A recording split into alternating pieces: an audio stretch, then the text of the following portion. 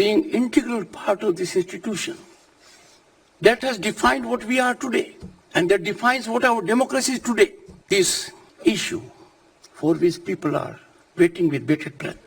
The money trail, its source, its purpose, did it pollute the judicial system? Who are the bigger sharks? We need to find out. Already 2 months have gone by. നമസ്തേ. ജനാധിപത്യത്തിൻ്റെ നിലനിൽപ്പിന് ശക്തവും സുതാര്യവുമായ നിയമനീതിന്യായ സംവിധാനം അനിവാര്യമാണ്. സമൂഹത്തിൻ്റെ അടിസ്ഥാനം തന്നെ നിയമവാഴ്ചയാണ്. അതിൽ വിള്ളൽ വീണാൽ ജനാധിപത്യ പ്രക്രിയ ദുർബലമാവും. കോടതിയിൽ നിന്നും നീതി കിട്ടുമെന്ന വിശ്വാസമാണ് പൗരന്മാരെ മുന്നോട്ട് നയിക്കുന്നത്. ആ നീതിന്യായ സംവിധാനം മലിനമായാൽ അതിൽ വിശ്വാസമർപ്പിക്കുന്നവർ എങ്ങോട്ട് പോകും? ഉപരാഷ്ട്രപതി ജഗ്ദീപ് ധൻഖറുടെ വാക്കുകൾ ജുഡീഷ്യറിയിലുള്ള അവിശ്വാസം രേഖപ്പെടുത്തുന്നതോടൊപ്പം ജുഡീഷ്യറിയെ ഓജസ്സുറ്റതാക്കാനുള്ള ഇന്ധനം കൂടിയാണ്. നമുക്ക് ചർച്ച ചെയ്യാം. ജുഡീഷ്യറിയിൽ ദുർഗന്ധമോ? നിയമവിദഗ്ധൻ അഡ്വക്കേറ്റ് കെ രാംകുമാർ, അഭിഭാഷക പരിഷത്ത് ദേശീയ ഉപാധ്യക്ഷൻ അഡ്വക്കേറ്റ് ആർ രാജേന്ദ്രൻ, സാമൂഹ്യ രാഷ്ട്രീയ നിരീക്ഷകരായ ഡോക്ടർ മോഹൻ വർഗീസ്, വിദ്യാസാഗർ ഗുരുമൂർത്തി എന്നിവർ പങ്കെടുക്കുന്ന എല്ലാ അതിഥികളെയും ഈ സംവാദത്തിലേക്ക് സ്നേഹാദരങ്ങളോടെ സ്വാഗതം ചെയ്യുന്നു. ഒപ്പം പ്രേക്ഷകരെയും. അഡ്വക്കേറ്റ് രാജേന്ദ്രൻ,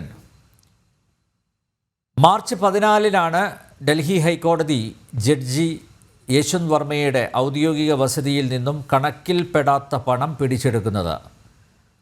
മാർച്ച് 22 3-അംഗ ആഭ്യന്തര സമിതിക്ക് രൂപം കൊടുക്കുന്നു സുപ്രീം കോടതി. മെയ് 4 സമിതി റിപ്പോർട്ട് സമർപ്പിക്കുന്നു. 67 ദിവസങ്ങൾ പിന്നിട്ടിട്ടും ഈ ജഡ്ജിക്കെതിരെ, ആരോപണ വിധേയനായ ജഡ്ജിക്കെതിരെ FIR രജിസ്റ്റർ ചെയ്തിട്ടില്ല.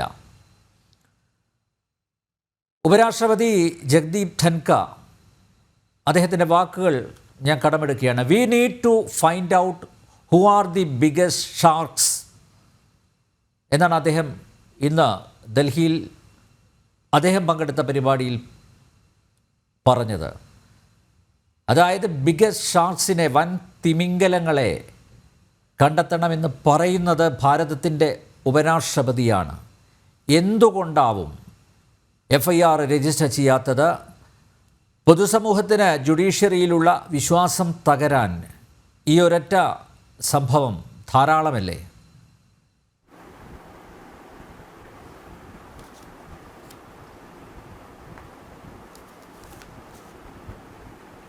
ബഹുമാനപ്പെട്ട ഭാരതത്തിൻ്റെ ഉപരാഷ്ട്രപതി ശ്രീ ജഗദീപ് ധൻഖർ, അദ്ദേഹം മുൻകാലങ്ങളിലും ഇതുപോലെയുള്ള വിഷയങ്ങളിൽ വളരെ ധൈര്യപൂർവ്വം അഭിപ്രായങ്ങൾ പരസ്യമായി പറഞ്ഞിട്ടുള്ളൊരു വ്യക്തിയാണ്.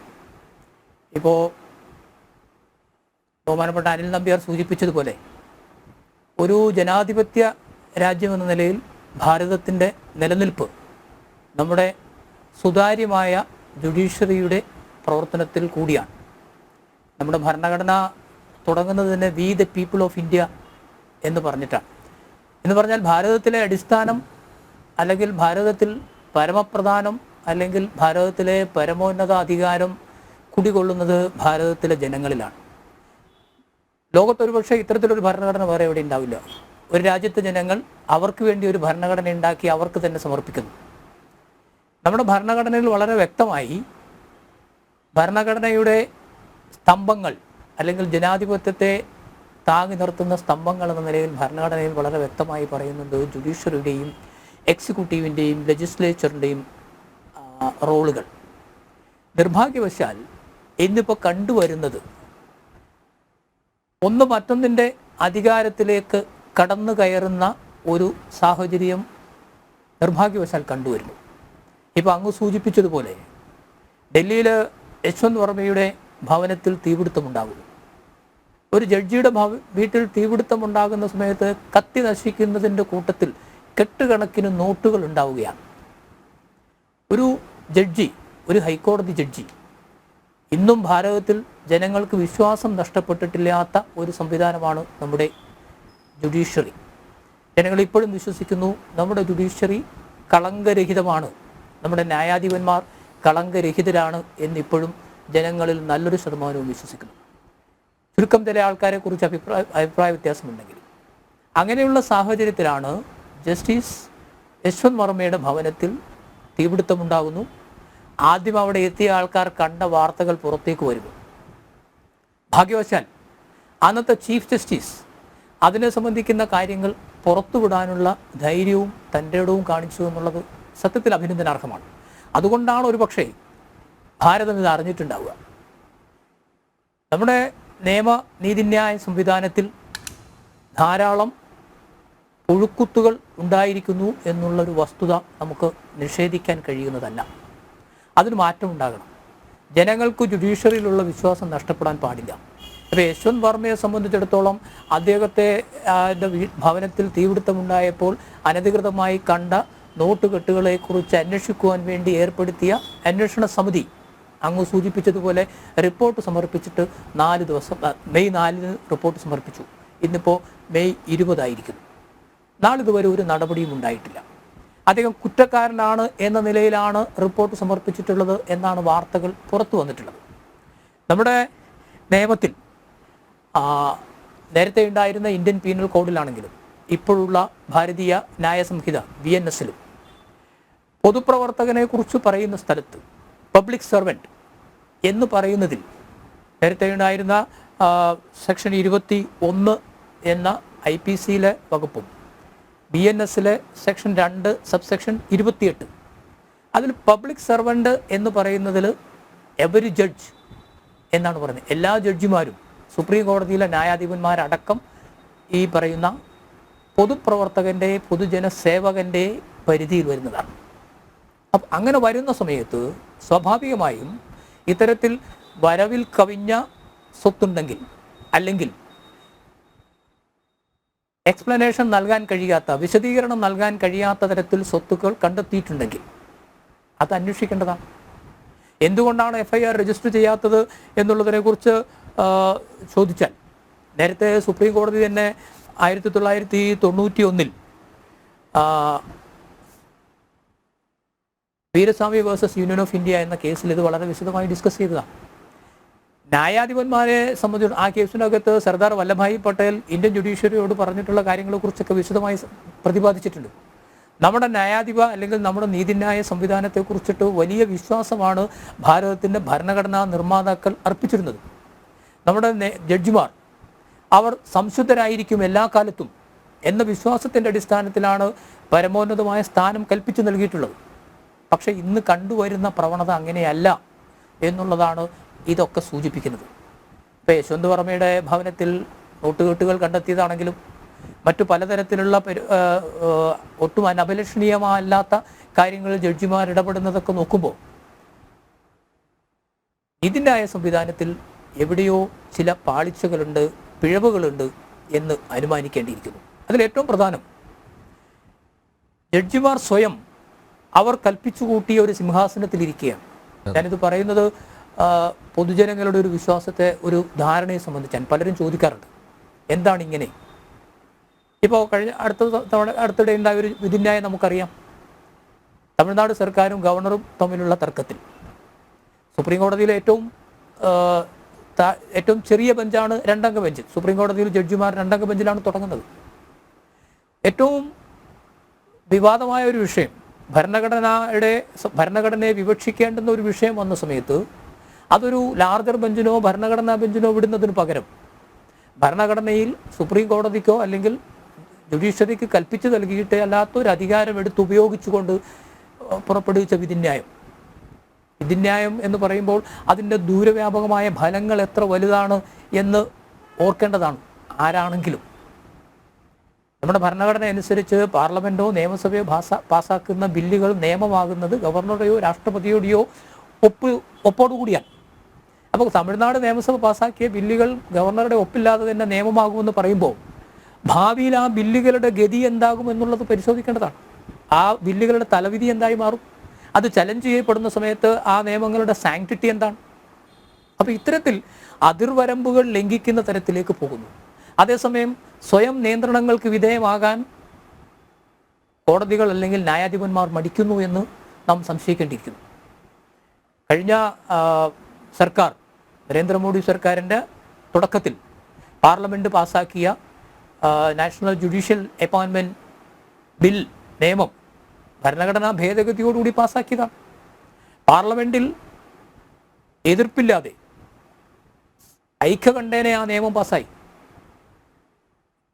ഇന്ത്യയിലെ ഏതാണ്ട് 20-21 നിയമസഭകളാൽ ബില്ല് പാസ്സാക്കി. അതിനുശേഷമാണെന്ന് ഭരണഘടനാ ഭേദഗതിയായി എഴുതി ചേർത്തത്. പക്ഷെ നിസ്സാര കാരണങ്ങളുടെ പേരിലാണ് ആ നിയമം ബഹുമാനപ്പെട്ട സുപ്രീം കോടതി റദ്ദ് ചെയ്തത്. ഇന്ന് ജഡ്ജിമാരെ നിയമിക്കുന്നത് ജഡ്ജിമാരാണ് എന്ന് പറയുന്ന ഒരു ഏക സംവിധാനം ലോകത്ത് നിലനിൽക്കുന്നത് ഭാരതത്തിൽ മാത്രമാണ്. നിർഭാഗ്യവശാൽ അങ്കിൾ ജഡ്ജസ് എന്നൊരു വിളിപ്പേര് പോലും ഉണ്ടായിരിക്കുന്നു നമ്മുടെ ജഡ്ജിമാരിൽ പലർക്കും. കാരണം മക്കളും മരുമക്കളും അനന്തരവരും സഹോദരിമാരും ഓഫീസിലെ സഹപ്രവർത്തകരും ഒക്കെ തന്നെ ജഡ്ജിമാരാകുന്ന ഒരു സിസ്റ്റം ഹൈക്കോടതിയിലെയും അതുപോലെ സുപ്രീം കോടതിയിലെയും സെലക്ഷനെ സംബന്ധിച്ച് ജനങ്ങളിൽ വലിയ സംശയം അല്ലെങ്കിൽ ജനങ്ങളിൽ വലിയ പരാതിക്കിടയാകുന്ന തരത്തിൽ കാര്യങ്ങൾ മുന്നോട്ട് പോകും.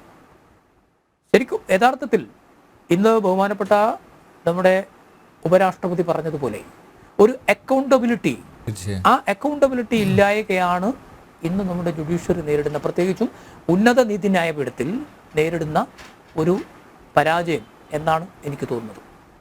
ഓക്കെ, ഞാൻ നേരത്തെ പറഞ്ഞതുപോലെ കോടതിയിൽ നിന്നും നീതി കിട്ടും എന്ന വിശ്വാസമാണ് പൗരന്മാരെ മുന്നോട്ട് നയിക്കുന്നത്. ആ നീതിന്യായ സംവിധാനം മലിനമായാൽ അതിൽ വിശ്വാസമർപ്പിക്കുന്നവർ ആരെ ആശ്രയിക്കും? ഉപരാഷ്ട്രപതി ജഗദീപ് ധൻഖറുടെ വാക്കുകൾ ജുഡീഷ്യറിയിലുള്ള അവിശ്വാസം രേഖപ്പെടുത്തുന്നതോടൊപ്പം ജുഡീഷ്യറിയെ കരുത്തുറ്റതാക്കാനുള്ള ഇന്ധനം കൂടിയാണ്.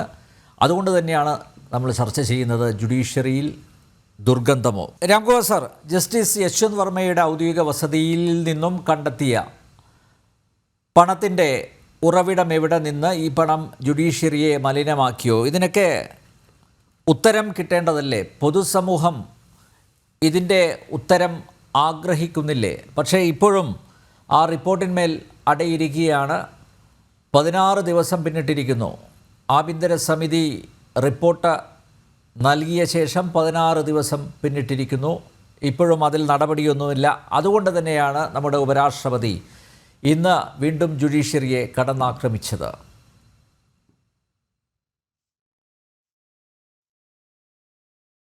ഉപരാഷ്ട്രപതി പറഞ്ഞ അഭിപ്രായങ്ങളോട് 100% എനിക്ക് യോജിപ്പുണ്ട്. അദ്ദേഹം കടന്നാക്രമണം നടത്തിയെന്ന് ഞാൻ വിശ്വസിക്കുന്നില്ല. ആ പദപ്രയോഗം അനുചിതമാണെന്നാണ് എൻ്റെ അഭിപ്രായം. അദ്ദേഹം പറഞ്ഞത് 100% ശരിയാണ്. കാരണം നമ്മുടെ രാജ്യത്തെ ജുഡീഷ്യറി ജനങ്ങളുടെ വിശ്വാസത്തിൻ്റെ മുകളിലാണ് നിലനിൽപ്പ്. പാർലമെൻറ്റ് അംഗങ്ങൾ അഴിമതി കാണിച്ചാൽ അത് വാർത്തയല്ല. മന്ത്രിമാർ അഴിമതി കാണിച്ചാൽ അതും ഇപ്പോൾ വാർത്തയല്ല. സർക്കാർ ഉദ്യോഗസ്ഥന്മാർ അഴിമതിയിൽ സ്ഥിരമായിട്ട് പ്രതികളാകുന്നതാണ്. പക്ഷേ ജഡ്ജിമാരാകുമ്പോൾ ജനങ്ങൾ അസ്വസ്ഥരാകുന്നു, ആശങ്കാകുലരാകുന്നു. അതിനുള്ള കാരണം ഈ രാജ്യത്തെ നിഷ്കളങ്കരായ ജനങ്ങൾ തെറ്റായ രീതിയിൽ ജുഡീഷ്യറിയെ വലിയ പ്രതിബിംബങ്ങളായിട്ട് മനസ്സിൽ പ്രതീക്ഷിച്ചു. തെറ്റായെന്ന് ഞാൻ പറയാൻ കാരണം ആ ജുഡീഷ്യറിയുടെ പ്രവർത്തനങ്ങൾ ജനങ്ങളെ മറന്നുകൊണ്ടാണ്. മറ്റെല്ലാ ഭരണഘടനാ ഘടകങ്ങൾക്കും കിട്ടും പോലെ ഇവർക്കും അധികാരം കിട്ടുന്നത് ജനങ്ങളിൽ നിന്നാണ്. പക്ഷേ ആ അധികാരം തന്ന ജനങ്ങളെ പാടെ മറന്നുകൊണ്ടുള്ള പ്രവൃത്തികളാണ് നിർഭാഗ്യവശാൽ വലിയ വിഭാഗം ജഡ്ജിമാരിൻ്റെ രാജ്യത്തുണ്ടാകുന്നത്. ഈ സംഭവത്തിൽ സ്വാഭാവികമായിട്ടും നമ്മുടെ നിഷ്കളങ്കരായ സാധാരണക്കാരായ ജനങ്ങൾക്ക് എന്തോ മൂടി വയ്ക്കാനുണ്ട് എന്നൊരു സംശയം.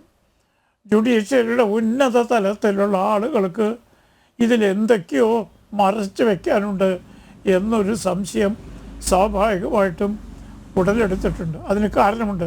കാരണം നമ്മുടെ സുപ്രീം കോടതി കെട്ടിടം സ്ഥിതി ചെയ്യുന്ന അവിടുന്ന് ഏതാണ്ട് നടന്നു പോകാവുന്ന സ്ഥലത്താണ് ഡൽഹി ഹൈക്കോർട്ടിലെ ജഡ്ജിമാരുടെ വസതികൾ. അതിൽ ഒന്നിൽ നിന്നാണ് ഇത് കിട്ടിയത്. ഞാൻ ചോദിക്കട്ടെ, കറൻസി നോട്ടിന് പകരം ഒരു ശവശരീരം കിട്ടിയിരുന്നെങ്കിലോ, ഉടനെ തന്നെ പോലീസിനെ അറിയിച്ച് പോസ്റ്റ്മോർട്ടം ചെയ്യാനും കണ്ടുപിടിക്കാനും കാരണങ്ങൾ കണ്ടുപിടിക്കാനും സാധാരണ മറ്റെല്ലാ ശവശരീരങ്ങളെപ്പോലെ കൈകാര്യം ചെയ്യുന്ന രീതിയിൽ ചെയ്യുമായിരുന്നില്ലേ? ഇവിടെ കോടിക്കണക്കിന് രൂപയുടെ കറൻസി നോട്ടുകളാണ് കിട്ടിയത്. എന്നിട്ട് എന്തൊരു അന്വേഷണം നടത്താത്തത്? എന്തേ പോലീസിനെ മാറ്റി നിർത്തിയത്? എന്താ വ്യത്യാസം? അനധികൃതമായ പണം, ഒരു പക്ഷേ ക്രിമിനൽ കുറ്റത്തിൽ നിന്ന് ഉടലെടുത്ത പണം ആണ് എന്ന് സംശയിക്കുന്നത് ഈ രാജ്യത്തിൻ്റെ ഏതൊരു മുക്കിലും മൂലയിലും കണ്ടാൽ അന്വേഷണം നടത്തി ജനങ്ങളെ ബോധ്യപ്പെടുത്തുകയും തെറ്റ് ചെയ്ത ആളുകളെ നിയമത്തിൻ്റെ വഴിക്ക് കൊണ്ടുവരികയും ചെയ്യുക എന്നുള്ളത് ഒരു സർക്കാരിൻ്റെ ബാധ്യതയാണ്. അതിന് വിലങ്ങുതടിയായി നിൽക്കുന്നത് ആരാണ്? ഈ കാര്യത്തിൽ വിധി പറയേണ്ട ആളുകൾ.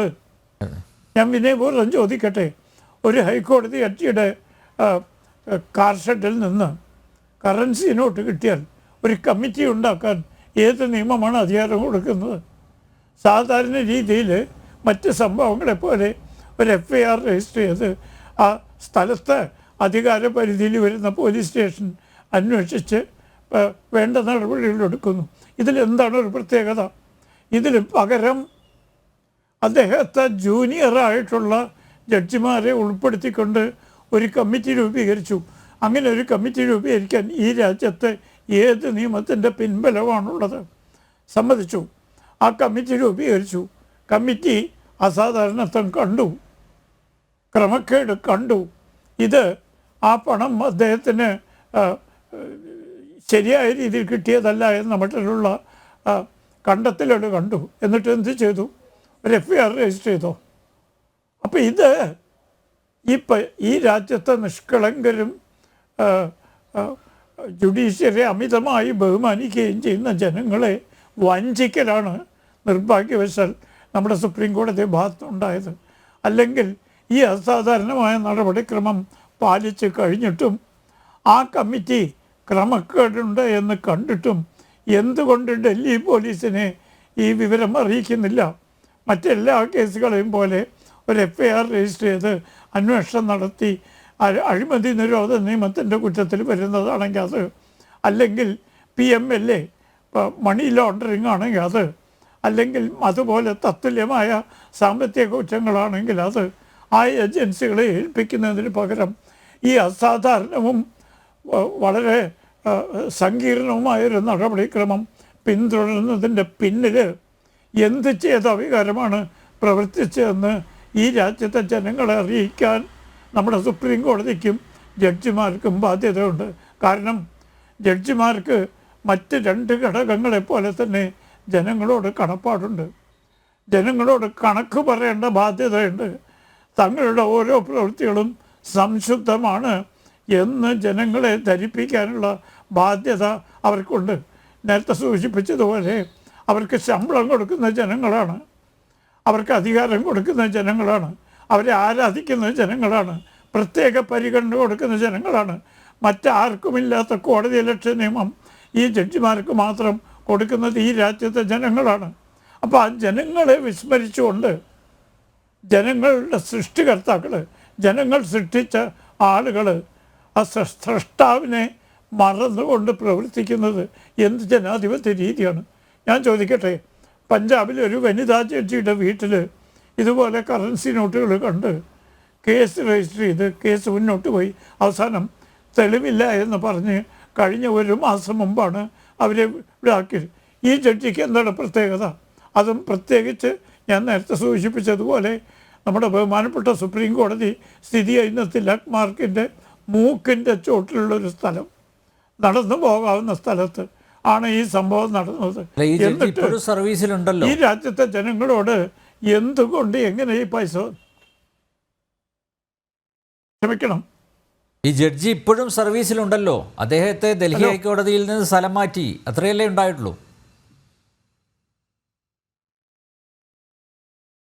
പോട്ടെ, സ്ഥലം മാറ്റിയത് എന്തിനാ? എന്തോ അരുതാത്തത് ചെയ്തത് കൊണ്ടാണല്ലോ സാധാരണ സ്ഥലം മാറ്റം.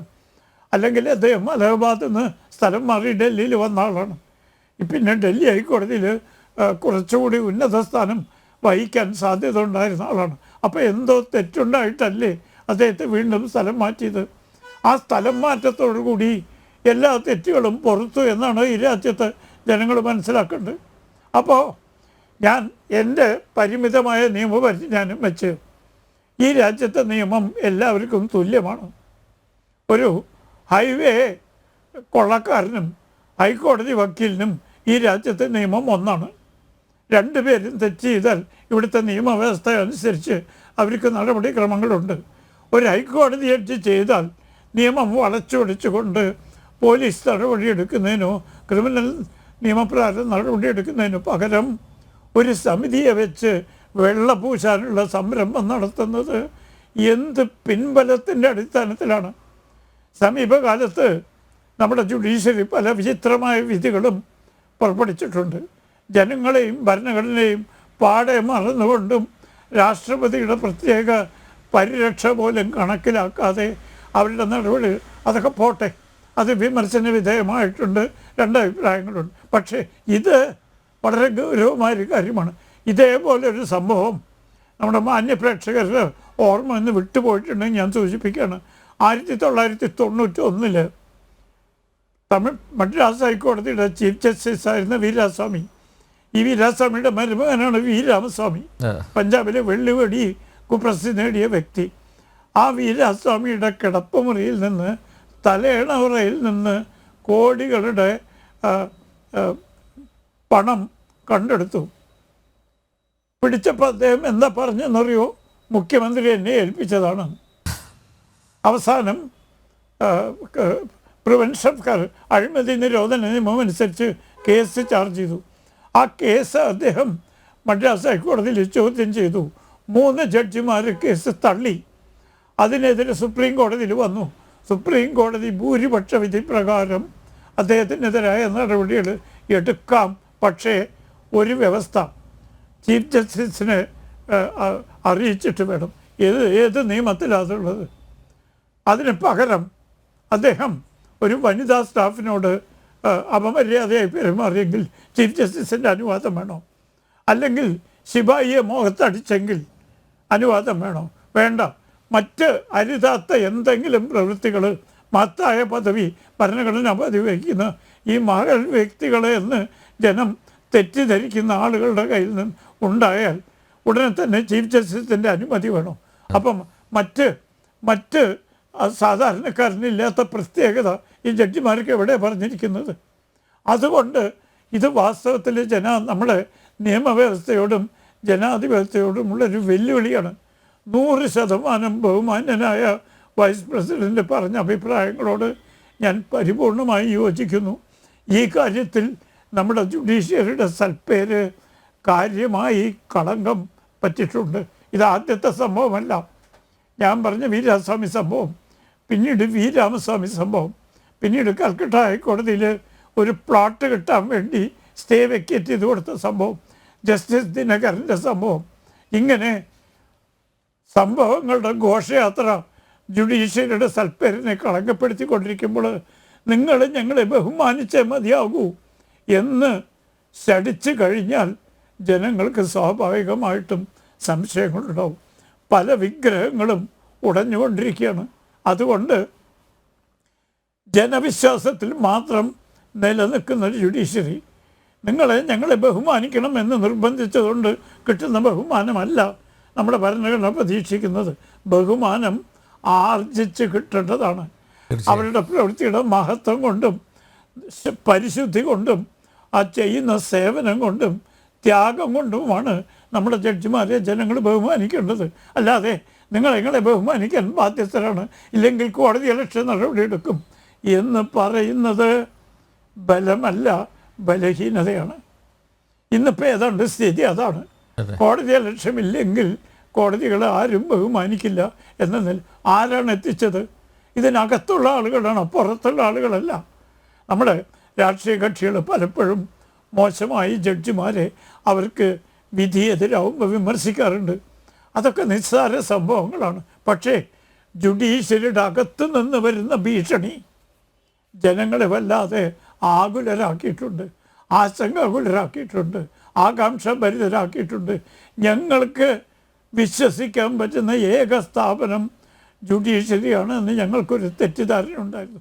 ഇപ്പം അതും ഞങ്ങളെ കൈവിട്ടിരിക്കുന്നു. എന്താണ് സംഭവിച്ചിരിക്കുന്നത്? ഇത് മാറ്റിയേ പറ്റൂ. ഈ സംഭവത്തിൽ സമഗ്രമായൊരു പോലീസ് അന്വേഷണം നടത്താൻ ഉടൻ തന്നെ നടപടിയെടുത്ത് ഞാൻ ഈ ബന്ധപ്പെട്ട ജഡ്ജി കുറ്റം ചെയ്തു എന്ന് ആരോപിക്കാൻ എനിക്ക് നിവൃത്തിയില്ല. കാരണം തെളിവുകളുടെ അഭാവത്തിലോ അദ്ദേഹത്തിന് ഇത് പറയും. പക്ഷേ നടക്കാൻ പാടില്ലാത്തൊരു സംഭവം നടന്നു. അദ്ദേഹത്തിൻ്റെ ഔദ്യോഗിക വസതിയിലാണ്. ഞാൻ പറഞ്ഞതുപോലെ സുപ്രീം കോടതിയുടെ മൂക്കിൻ്റെ ചുവട്ടിൽ. എന്നിട്ടും അതിനെ സംബന്ധിച്ച് സമഗ്രമായ ഒരു അന്വേഷണം നടത്തി ഈ രാജ്യത്തെ പാവപ്പെട്ട ജനങ്ങളെ തെറ്റൊന്നും പറ്റിയിട്ടില്ല, ജുഡീഷ്യറിയുടെ പരിസ്ഥിതി നിലനിർത്തിയിരിക്കുന്നു എന്ന് പറഞ്ഞ് ബോധ്യപ്പെടുത്താനുള്ള ബാധ്യത നമ്മുടെ ബഹുമാനപ്പെട്ട സുപ്രീം കോടതിയിൽ. അതിൽ വൈമുഖ്യം കാണിക്കുന്നു എന്ന് മാത്രമല്ല, അതിൽ നിന്ന് പിന്തിരിഞ്ഞോടുന്നു. ഇതാണ് ബഹുമാന്യ വൈസ് പ്രസിഡന്റ് പറഞ്ഞത്. ഞാൻ അദ്ദേഹത്തോട് പരിപൂർണമായി യോജിക്കുന്നു. അഡ്വക്കേറ്റ് രാജേന്ദ്രൻ, നേരത്തെ രാംകുമാർ സാർ ചൂണ്ടിക്കാണിച്ചതുപോലെ ജുഡീഷ്യറിയുടെ സൽപ്പേരിന് കളങ്കമുണ്ടാക്കുന്ന നിരവധി സംഭവങ്ങൾ അടിക്കടി ഉണ്ടാകുന്നുണ്ട്. നോക്കൂ, നിയമത്തിന് മുന്നിൽ എല്ലാവരും സമന്മാരാണ് എന്നാണല്ലോ വെപ്പ്. പക്ഷേ അത് ജഡ്ജിമാർക്ക് ബാധകമല്ല. അതുകൊണ്ട് തന്നെ ഈ ഇന്ത്യൻ ജുഡീഷ്യൽ സിസ്റ്റം, നമ്മുടെ നിയമനീതിന്യായ സംവിധാനം, അതൊരു പൊളിച്ചെഴുത്തിന് വിധേയമാക്കേണ്ട സമയം അതിക്രമിച്ചില്ലേ?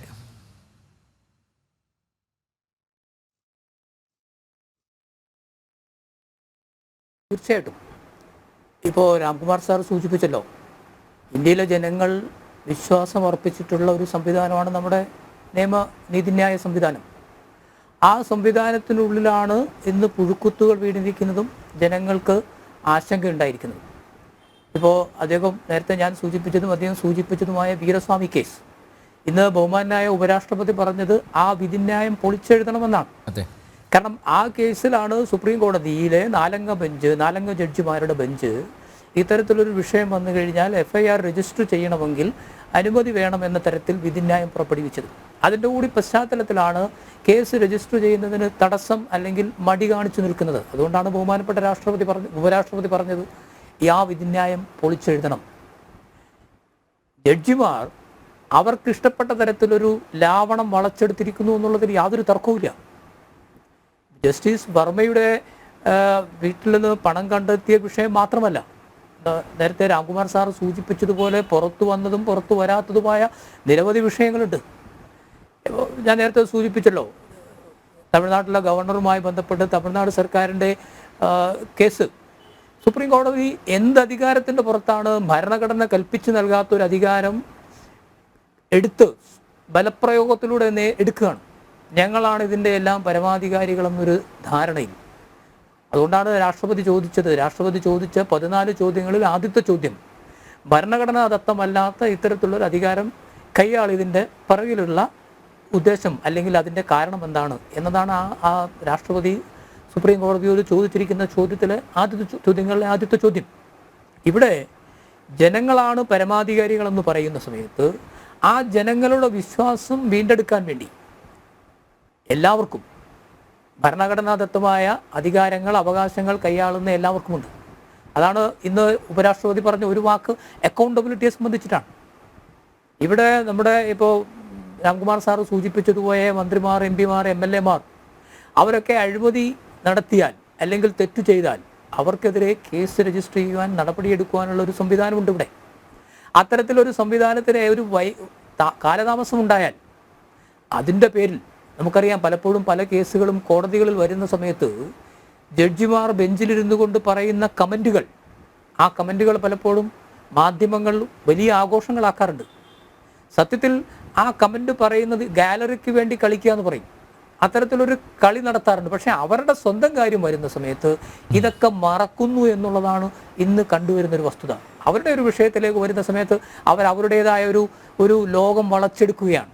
അവർക്ക് എന്തും ചെയ്യാം എന്നുള്ളൊരു തരത്തിലേക്ക് കാര്യങ്ങൾ മാറുകയാണ്. അപ്പോൾ സ്വാഭാവികമായിട്ടും ജനങ്ങൾ കൽപ്പിച്ചു നൽകിയ അവകാശം, ആ അവകാശം വിനിയോഗിക്കുന്ന സമയത്ത് ഭരണഘടനയ്ക്കുള്ളിൽ നിന്നുകൊണ്ട് ജനങ്ങളുടെ വിശ്വാസം ആർജിച്ചുകൊണ്ട് ഭരണഘടനയിൽ എല്ലാവരും തുല്യരാണെന്ന് പറയുമ്പോൾ രാംകുമാർ സാറ് പറഞ്ഞു, ഒരു ഉദാഹരണം പറഞ്ഞു, ഒരു ഹൈവേ കൊള്ളക്കാരനും അല്ലെങ്കിൽ ഒരു ഹൈക്കോടതി അഭിഭാഷകനും ഒരു തെറ്റ് ചെയ്താൽ രണ്ടുപേർക്കും ഒരുപോലെയാണ് നിയമമെന്ന് പറയുന്ന പോലെ ഭാരതത്തിൽ ആര് എന്ത് തെറ്റ് ചെയ്താലും നിയമം എല്ലാവർക്കും തുല്യമാണ്. ചില ആൾക്കാർക്ക് ചില പരിരക്ഷ നിയമത്തിൽ കൽപ്പിച്ചു നൽകിയിട്ടുണ്ടെങ്കിൽ അവർ വഹിക്കുന്ന ഉത്തരവാദിത്വത്തിൻ്റെ അടിസ്ഥാനത്തിൽ ഉത്തമ ബോധ്യത്തോടുകൂടി ആ ഉത്തരവാദിത്വ നിർവഹണത്തിൻ്റെ ഭാഗമായി ഏതെങ്കിലും പ്രവൃത്തി ചെയ്താൽ അതിനെ ചോദ്യം ചെയ്യുന്നതിൻ്റെ സമയത്താണ് ചില പരിരക്ഷകൾ കൽപ്പിച്ചു നൽകിയിട്ടുള്ളത്. പക്ഷേ അങ്ങനെ അല്ലാതെ വരുന്ന സമയത്തും അത്തരത്തിലുള്ള പരിരക്ഷ ആവശ്യപ്പെടുകയും ചെയ്യുക എന്ന് പറയുന്നത് ജനങ്ങളോട് കാണിക്കുന്ന അങ്ങേയറ്റത്തെ നീതികേടാണ്. നമ്മുടെ ജുഡീഷ്യൽ സംവിധാനത്തിൽ, നീതിന്യായ സംവിധാനത്തിൽ ഒരു പൊളിച്ചെഴുത്ത്, ഞാൻ അക്കൗണ്ടബിലിറ്റിയെ കുറിച്ചിട്ട് പറയുന്ന സമയത്ത് ഈ പൊളിച്ചെഴുത്ത് വരുന്നത് അവിടെയാണ്. ജനങ്ങളോട് അക്കൗണ്ടബിൾ ആണെങ്കിൽ, ജനങ്ങളോട് ബാധ്യതയുണ്ടെങ്കിൽ സ്വാഭാവികമായും ഇത്തരത്തിലുള്ള പ്രവർത്തിയിൽ നിന്ന് എല്ലാവരും, അത് ജുഡീഷ്യറി ആണെങ്കിൽ മറ്റാരാണെങ്കിൽ പോലും വിട്ടുനിൽക്കുന്ന ഒരു സാഹചര്യം ഉണ്ടാവും എന്ന് തന്നെയാണ്. അതുകൊണ്ടാണ് ബഹുമാനപ്പെട്ട രാഷ്ട്രപതി, ഞാൻ തുടക്കത്തിൽ സൂചിപ്പിച്ചു, ഇത്തരത്തിലുള്ള വിഷയങ്ങളിൽ ഭയലേശമന്യേ തുറന്ന അഭിപ്രായം പറയുന്ന, കാരണം അദ്ദേഹം സുപ്രീം കോടതിയിലെ സീനിയർ അഭിഭാഷകനായിരുന്നു, രാജ്യസഭ MP ആയിരുന്നു, ഗവർണറായിരുന്നു, അദ്ദേഹത്തിന് അത് പറയാനുള്ള കരുത്തുണ്ട്. ആ ആർജവം സത്യത്തിൽ ജുഡീഷ്യറിയിലുള്ള തെറ്റുകൾ ചൂണ്ടിക്കാട്ടുന്നത് ജുഡീഷ്യറിയെ കുറ്റപ്പെടുത്താനോ അതല്ലെങ്കിൽ ജുഡീഷ്യറിയെ സമൂഹത്തിൽ അവമതിപ്പുണ്ടാക്കാനോ അല്ല, മറിച്ച് ഇന്ത്യൻ നീതിന്യായ സംവിധാനം ലോകത്തെ ഏറ്റവും മഹത്തരമായ സംവിധാനമായി നിലനിൽക്കണം എന്ന ആഗ്രഹത്തിൻ്റെ അടിസ്ഥാനത്തിൽ അത് ജനങ്ങളുടെ ആഗ്രഹമാണ് ബഹുമാനപ്പെട്ട ഉപരാഷ്ട്രപതിയിലൂടെ പ്രതിഫലിക്കുന്നത് എന്നാണ് ഞാൻ വിശ്വസിക്കുന്നത്. അല്ല, ജുഡീഷ്യറിയെ വിമർശിച്ചതിന് ഉപരാഷ്ട്രപതിക്കെതിരെ കോടതി അലക്ഷ്യത്തിന് പോയതൊരു മലയാളി അഭിഭാഷകനാണ്. അല്ല, സ്വാഭാവികമാണ്. രാഷ്ട്രീയ താല്പര്യങ്ങളുടെ അടിസ്ഥാനത്തിൽ അല്ലെങ്കിൽ പ്രശസ്തി കിട്ടാൻ വേണ്ടിയിട്ട് ഒക്കെ ആയിട്ട് ആൾക്കാർ ഇത്തരത്തിലുള്ളത് പലതും ചെയ്യാറുണ്ട്. ഉപരാഷ്ട്രപതിയെ സംബന്ധിച്ചിടത്തോളം അദ്ദേഹത്തിന് പറയുന്ന വാക്കുകൾക്ക് അദ്ദേഹം വളരെ കൃത്യമായി അളന്നു മുറിച്ച് അഭിപ്രായം പറയുന്ന കൂട്ടത്തിലാണ്. അതുകൊണ്ട് അദ്ദേഹത്തിന് ഭയം ഉണ്ടാവില്ല. അദ്ദേഹത്തെ അറിയാവുന്നവർക്ക് അദ്ദേഹത്തെ നന്നായി അറിയാം. ഒരു കേസ് ഫയൽ ചെയ്യുന്നതിലൂടെ ഏതെങ്കിലും ഒരു അഭിഭാഷകൻ അല്ലെങ്കിൽ ഏതെങ്കിലും ഒരു വ്യക്തി പ്രശസ്തി നേടാമെന്ന് വിചാരിച്ചിട്ടുണ്ടാവാം. ഡോക്ടർ മോഹൻ വർഗീസ്, ഞാൻ നേരത്തെ ഇവിടെ ചൂണ്ടിക്കാട്ടിയതാണ്, മാർച്ച് 14 ഡൽഹി ഹൈക്കോടതി ജഡ്ജി യശ്വന്ത് വർമ്മയുടെ ഔദ്യോഗിക വസതിയിൽ നിന്നും കണക്കിൽപ്പെടാത്ത പണം പിടിച്ചെടുക്കുന്നത്. 22 മൂന്നംഗ ആഭ്യന്തര സമിതിക്ക് രൂപം കൊടുക്കുന്നു. ഈ കഴിഞ്ഞ മെയ് 4 സമിതി റിപ്പോർട്ട് സമർപ്പിക്കുന്നു. മൊത്തത്തിൽ നോക്കുകയാണെങ്കിൽ 67 ദിവസങ്ങൾ പിന്നിട്ടു. എന്നിട്ടും ജഡ്ജിക്കെതിരെ FIR എന്തുകൊണ്ട് രജിസ്റ്റർ ചെയ്തിട്ടില്ല എന്നതാണ് ഉപരാഷ്ട്രപതി ജഗ്ദീപ് ധൻഖറുടെ ചോദ്യം. അതുമായി ബന്ധപ്പെട്ട് ചില കാര്യങ്ങൾ, ജുഡീഷ്യറിയിലെ പുഴുക്കുത്തുകളുടെ കാര്യം കൂടി അദ്ദേഹം ഭംഗ്യന്തരേണ പറഞ്ഞു പോവുകയും ചെയ്തിട്ടുണ്ട്. ഇതൊരു വിശാലമായ ഒരു വിഷയത്തിൻ്റെ ഒരു ചെറിയ ഒരു ടിപ്പ് ദ ഐസ്ബർഗ് എന്ന് പറയാവുന്ന ഒരു കാര്യമാണ്. ഇവിടെ നോക്കൂ, ജഗദീപ് ധൻഖർ ആരാണ്? ഉപരാഷ്ട്രപതിയാണ്. അദ്ദേഹം രാജ്യസഭയുടെ, പാർലമെൻറ്റിൻ്റെ ഉപരിമണ്ഡലമായ രാജ്യസഭയുടെ എക്സ് ഒഫീഷ്യോ ചെയർമാനാണ്. അതേസമയം തന്നെ എക്സിക്യൂട്ടീവ് അധികാരമുള്ള വൈസ് പ്രസിഡന്റ് ഓഫ് ഇന്ത്യയാണ്. അപ്പോൾ ദീർഘകാലമായി തുടരുന്ന ഒരു പവർ റൈവൽറി എന്ന് വേണമെങ്കിൽ പറയാം. ജുഡീഷ്യറി ചില അവകാശങ്ങൾ കൈവശം വച്ചിരിക്കുന്നു. അത് ഒരു കൊളീജിയം സിസ്റ്റം എന്ന രീതിയിലൂടെ ഇവോൾവ് ചെയ്തു വന്ന കൊളീജിയം സിസ്റ്റത്തിലൂടെ നിയമനങ്ങൾ കൈയടക്കി വച്ചിരിക്കുന്നു. Judicial appointment commission government plan ചെയ്തു, ആ ബില്ല് കൊണ്ടുവരുന്നു. പക്ഷേ അത് നിഷ്കരണം കോടതി തള്ളിക്കളയുന്നു. അപ്പോൾ ഇതിലൊന്നും മെറിറ്റ് കാണുന്നില്ല. അങ്ങനെയെങ്കിൽ വേർ ഈസ് അക്കൗണ്ടബിലിറ്റി? ഏതെങ്കിലും ഒരു ജഡ്ജിക്കെതിരെ ആരോപണം വരികയാണ്, ജഡ്ജിക്കെതിരെ എന്തെങ്കിലും അഴിമതി തെളിവുകൾ സഹിതം എന്തെങ്കിലും വരികയാണ്, അപ്പോഴും ജഡ്ജിക്ക് എതിരെ ഒരു അന്വേഷണം നടത്താനുള്ള സാഹചര്യമില്ല. അത് അന്വേഷണം തന്നെ ആഭ്യന്തരമാണ്. ഇപ്പോൾ നടന്നതുപോലെ ജസ്റ്റിസ് യശ്വന്ത് വർമ്മയ്ക്കെതിരെ നടന്നതുപോലെ ഒരു 3 അംഗ പാനൽ, അത് ഇൻ ഹൗസാണ്. അവരെല്ലാം നീതിപീഠത്തിന് തലപ്പത്തിരുന്ന 2 റിട്ടയർഡ് സംസ്ഥാന സമിതിക്ക് രൂപം നൽകി അന്വേഷിക്കണമെന്ന് എവിടെയും എഴുതി വെച്ചിട്ടില്ല. ഭരണഘടനയിൽ അങ്ങനെ ഒരു കാര്യമില്ല. ഇതൊക്കെ ഒരു കസ്റ്റമറി പ്രാക്ടീസസ് ആണ്. അത് ജഡ്ജിമാരുടെ ഒരു ഹിതമനുസരിച്ച്, അല്ലെങ്കിൽ ഇവരെല്ലാം ഒരൊറ്റ birds of same feather flock together എന്ന് പറയുന്ന പോലെയാണ്. ഇവിടെ എല്ലാം ഇൻട്രസ്റ്റ് ജുഡീഷ്യറിയുടെ ഒരു ആകമാന ഇൻട്രസ്റ്റ് ആണ്. ഇവിടെ ജഗദീപ് ധൻഖർ ചോദിച്ച ഒരു ആഴമുള്ള ചോദ്യമുണ്ട്. Is it in conformity with the rule of law? എന്താ റൂൾ ഓഫ് ലോ എന്ന് പറഞ്ഞാൽ എന്താ? ഇന്ത്യ ഫോളോ ചെയ്യുന്നത് AV ഡൈസിയൊക്കെ മുന്നോട്ട് വെച്ച നിയമവാഴ്ച ബ്രിട്ടീഷ് ലീഗൽ സിസ്റ്റത്തിൻ്റെ ആണിക്കല്ലാണ്. അത് ഇൻ പ്രിൻസിപ്പിൾ ഭാരതം അഡോപ്റ്റ് ചെയ്തിരിക്കുകയാണ്. എന്ന് പറഞ്ഞാൽ നിയമത്തിന് മുന്നിൽ എല്ലാവരും സമന്മാരാണ്. എല്ലാവരും എന്ന് പറയുമ്പോൾ ജഡ്ജിമാരുൾപ്പെടെ സാധാരണ പൗരനും ജഡ്ജിയും എല്ലാവർക്കും, ഗവൺമെൻറ് ഉദ്യോഗസ്ഥനും എല്ലാവർക്കും ഒരേ നിയമം ഒരേപോലെ ബാധകമാകുകയാണ്. അതെല്ലാം തന്നെ ഒരേ ഭരണഘടനയുടെ അടിസ്ഥാനത്തിൽ, ഒരേ കോടതി സംവിധാനത്തിൻ്റെ അടിസ്ഥാനത്തിൽ, ഒരേ നിയമ പ്രക്രിയയിലൂടെ സമാനമായ കേസുകൾ മുന്നോട്ട് പോകേണ്ടതാണ്. അതാണ് നിയമവാഴ്ച. അപ്പോൾ ജഡ്ജിമാർക്ക് ഒരു നീതിയും, ജഡ്ജിമാർ ഉൾപ്പെടുന്ന ആരോപണങ്ങൾ അല്ലെങ്കിൽ കേസുകൾ, അതിൽ ഒരു നീതിയും, മറ്റെല്ലാവർക്കും മറ്റൊരു നീതിയും എന്നത് ഇരട്ട നീതി സങ്കല്പമാണ്. ഇത് കുറേ കാലമായി ഇതൊരു വിഷയമാണ്. ഇത് പല സമയത്ത് തിരുത്തണമെന്ന് ആഗ്രഹിച്ചു. അപ്പോൾ എല്ലാം കോടതി പറയുന്നത് 1991 ഒരു സുപ്രീം കോടതി ജഡ്ജ്മെൻ്റ് ഉണ്ട്. ജഡ്ജിമാർക്കെതിരെ ആരോപണമുണ്ടായാൽ അതന്വേഷിക്കാൻ ഒരു സംവിധാനം, FIR ഒക്കെ ഇടുന്നതിന് പ്രത്യേക നിബന്ധനയുണ്ട്. അനുമതി ആവശ്യമാണ്. നേരത്തെ ഇവിടെ പരാമർശിക്കപ്പെട്ടു. അത് ആരുടെ അനുമതിയാണ്? ജഡ്ജിമാരുടെ തന്നെ അനുമതിയാണ്. അപ്പോൾ കുറ്റം ചെയ്ത ഒരു ജഡ്ജി, കുറ്റാരോപിതനായ ഒരു ജഡ്ജി, ആരോപണം അദ്ദേഹത്തിൻ്റെ ഒരു നിയമപ്രക്രിയയിലൂടെ അത് അന്വേഷിക്കുന്ന ഘട്ടത്തിൽ ആരുടെയാണ്? അതേ ജഡ്ജി ഉൾക്കൊള്ളുന്ന നിയമ സംവിധാനത്തിൻ്റെ ഉന്നത കോടതിയുടെ അനുവാദം വേണമെന്ന് പറയുമ്പോൾ അവിടെ ഒരു ലെവൽ പ്ലേയിങ് ഫീൽഡ് ഇവിടെ നഷ്ടപ്പെടുന്നു. ആ ഒരു പശ്ചാത്തലത്തിലാണ് കെട്ടുകണക്കിന് കത്തിക്കരിഞ്ഞ നോട്ടുകളാണ് ജസ്റ്റിസ് വർമ്മയുടെ വസതിയിൽ നിന്നും കണ്ടെടുത്തത്. അപ്പോൾ ലുട്ടൻസ് മാർഗിലെ ജസ്റ്റിസ് വർമ്മയുടെ വസതിയിൽ എന്തായാലും ഈ നോട്ടുകളുടെ ഉദ്ഭവം എവിടെയാണ്, പ്രഭവ കേന്ദ്രം എവിടെയാണ്, എന്തിനു വേണ്ടി ഇൻറ്റൻറ്റ് ചെയ്ത നോട്ടുകളാണ്. അപ്പോൾ അവിടെ ന്യായമായ ചോദ്യങ്ങൾ. ജഗദീപ് ധൻഖർ ശരിക്കും പറഞ്ഞാൽ ഉപരാഷ്ട്രപതി ആയിരിക്കാം, പക്ഷേ ജനപക്ഷത്ത് നിന്ന്, മാധ്യമങ്ങളുടെ പക്ഷത്ത് നിന്ന് ആരെങ്കിലും വിഷയങ്ങൾ ഉന്നയിക്കണമല്ലോ. അത് ഒരു എലിസിറ്റിംഗ് പബ്ലിക് ഒപ്പീനിയൻ എന്ന രീതിയിൽ രാജ്യത്തിന് മുമ്പാകെ ഉന്നയിക്കപ്പെട്ടൊരു കാര്യമാണ്. ഒരു പുസ്തക പ്രകാശന വേളയാണ് സന്ദർഭം, അത് അദ്ദേഹം സംസാരിച്ചത്. പക്ഷേ അദ്ദേഹം എന്താണോ ജനങ്ങളോട്, രാജ്യത്തോട്, ലോകത്തോട് പറയുന്നത്, ഇത് വന്നിരിക്കുന്ന പ്രധാനമന്ത്രിയുടെയോ പ്രസിഡന്റിൻ്റെയോ ഭാഗത്തല്ല വന്നിരിക്കുന്നത്. അപ്പോൾ ജഗദീപ് ധൻഖറാണ് ഈ ഒരു വിഷയം മുൻപും, ഇതാദ്യമായിട്ടല്ലെന്ന് ഓർക്കണം, മുൻപും ഒരുപക്ഷെ അദ്ദേഹത്തിൻ്റെ മനസ്സിനെ മഥിക്കുന്ന ഒരു വിഷയം. ഭരണഘടനയുടെ വ്യാഖ്യാനം നടത്തേണ്ട ഏജൻസിയാണ് കോടതി. പക്ഷെ പലപ്പോഴും കോടതി ചില ഭരണഘടന അനുശാസിക്കുന്ന ചില ലക്ഷ്മണ രേഖകൾ ഭേദിക്കുന്നുണ്ടോ എന്ന സംശയം അത് പ്രകടിപ്പിക്കുകയാണ്, സ്വല്പം ഉച്ചത്തിൽ പ്രകടിപ്പിക്കുകയാണ്. സൂപ്പർ പാർലമെന്റ് ആകുന്നു. പാർലമെന്റിന്റെ പ്രോഗറ്റീവാണ്. ഇവിടെ ഒരു ചെറിയ, ശ്രീ അനിൽ, ഒരു ചെറിയ കൺഫ്യൂഷൻ ഉണ്ട്. ഇന്ത്യ, ചിലരൊക്കെ വിചാരിക്കുന്നു പാർലമെന്റ് ജനാധിപത്യമായതുകൊണ്ട് പാർലമെന്ററി സുപ്രമസിയാണ്. അല്ല, പാർലമെന്റ് സുപ്രമസി അല്ല. ചിലർ വിചാരിക്കുന്നുണ്ട് ക്യാബിനറ്റിൻ്റെ ഒരു ഭരണമായതുകൊണ്ട് പ്രധാനമന്ത്രി, പ്രൈം മിനിസ്റ്റേഴ്സ് ഗവൺമെൻറ്, തത്വത്തിൽ അങ്ങനെയാണെങ്കിൽ പോലും അവിടെയും എക്സിക്യൂട്ടീവ് ഡോമിനൻസ് അല്ല. ഇവിടെ യഥാർത്ഥത്തിൽ ചിലർ പറയുന്നു ഇത് പീപ്പിൾസ് ഡോമിനൻസ് ആണ്, അല്ലെങ്കിൽ പോപ്പുലർ സോവറിൻറ്റിയാണ്.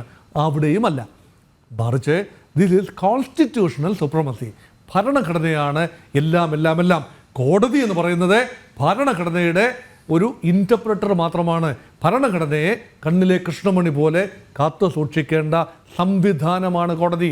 അങ്ങനെയെങ്കിൽ ഭരണഘടനയിൽ ഒരിടത്തും പറഞ്ഞിട്ടില്ല ഒരു ബില്ല് നിയമമാകുന്നതിന് ഗവർണറുടെ അനുമതി വേണം, പക്ഷേ ആ ഗവർണർക്ക് എത്ര കാലം കൈവശം ആ ബില്ല് വെച്ചിരിക്കാം എന്നതിനെ കുറിച്ച് ഭരണഘടനയിൽ കൃത്യമായ ഒരു വിശകലനമില്ല. അവിടെ കോടതിയുടെ ഭാഗത്ത് നിന്ന് ഒരു ഏകപക്ഷീയമായി ഒരു തീരുമാനം വരികയാണ്. നിശ്ചിത കാലാവധിക്കുള്ളിൽ ആ ബില്ലിൽ തീർപ്പ് കൽപ്പിക്കണം. അത് രാഷ്ട്രപതിയാണെങ്കിലും ഗവർണറാണെങ്കിലും തീർപ്പ് കൽപ്പിക്കണം. തങ്ങളുടെ മുന്നിൽ വരുന്ന ഒരു പ്രശ്നം അല്ലെങ്കിൽ ബില്ല്, അതിൽ തീർപ്പ് കൽപ്പിക്കണമെന്ന് പറയുമ്പോൾ അത് ഭരണഘടനയുടെ പൂർണ്ണമായ സ്പിരിറ്റ് അനുസരിച്ചാണോ? ഇതേക്കുറിച്ച് ആക്ഷേപമുണ്ടെങ്കിൽ ആരോടാണ് പറയേണ്ടത്? ഹയർ കോടതി അല്ലെങ്കിൽ ഫുൾ ബെഞ്ച് അല്ലെങ്കിൽ കോൺസ്റ്റിറ്റ്യൂഷണൽ ബെഞ്ച്. അവിടെയും ജഡ്ജിമാർ തന്നെയല്ലേ ഇരിക്കുന്നത്.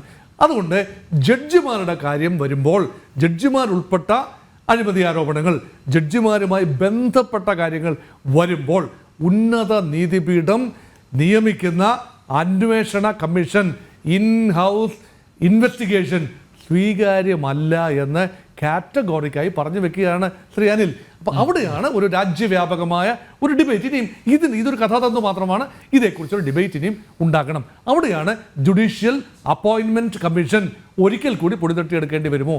ജഡ്ജിമാരുടെ നിയമനം രാഷ്ട്രീയ പ്രേരിതമായി മാറുന്നു എന്ന ഒരു കൊളീജിയം സിസ്റ്റം മാറി ഒരു മെറിറ്റ് ബേസ്ഡ് അപ്പോയിൻമെൻ്റ് ആകും. അങ്ങനെയെങ്കിൽ മറ്റൊരു ചോദ്യമുണ്ട്, അങ്ങനെയെങ്കിൽ രാഷ്ട്രീയ ഇടപെടൽ ഉണ്ടാകുമോ? ഈ അടുത്ത സമയം വരെ കേട്ടിരുന്നത് ജഡ്ജിമാർ രാഷ്ട്രീയ നേതൃത്വത്തിൻ്റെ താളത്തിനൊത്ത് തുള്ളുന്നു. അതാണ് അടുത്ത സമയം വരെ കേട്ടിരുന്നത്. ഇപ്പോൾ ഇതാ കേൾക്കുന്നത് മറുപക്ഷമാണ്. രാഷ്ട്രീയ നേതൃത്വത്തെ, പാർലമെന്റിനെ, ആ വ്യവസ്ഥകളെ, എക്സിക്യൂട്ടീവിനെ എല്ലാം ധിക്കരിച്ചുകൊണ്ട് കോടതി മേൽക്കൈ നേടുന്ന ഒരു ശ്രമമാണ്. ഇതെല്ലാ കാലത്തും ഈ റോളർ കോസ്റ്റർ റൈഡ് ഉണ്ടായിട്ടുണ്ട്. പക്ഷേ ഇതൊരു ദിശാസന്ധിയിൽ എത്തി നിൽക്കുകയാണ് രാജ്യം എന്ന് തോന്നുന്നു. ഓക്കെ, രാംകുമാർ സാർ, എന്തായാലും നിലവിലുള്ള ജുഡീഷ്യൽ സിസ്റ്റത്തിൽ ഒരു സ്ക്രൂട്ടിനി അനിവാര്യമാണ്, ഒരു റിവ്യൂ അനിവാര്യമാണ്. അവിടെ ചോദ്യം പൂച്ചയ്ക്ക് ആര് മണികെട്ടും എന്നുള്ളതാണ്.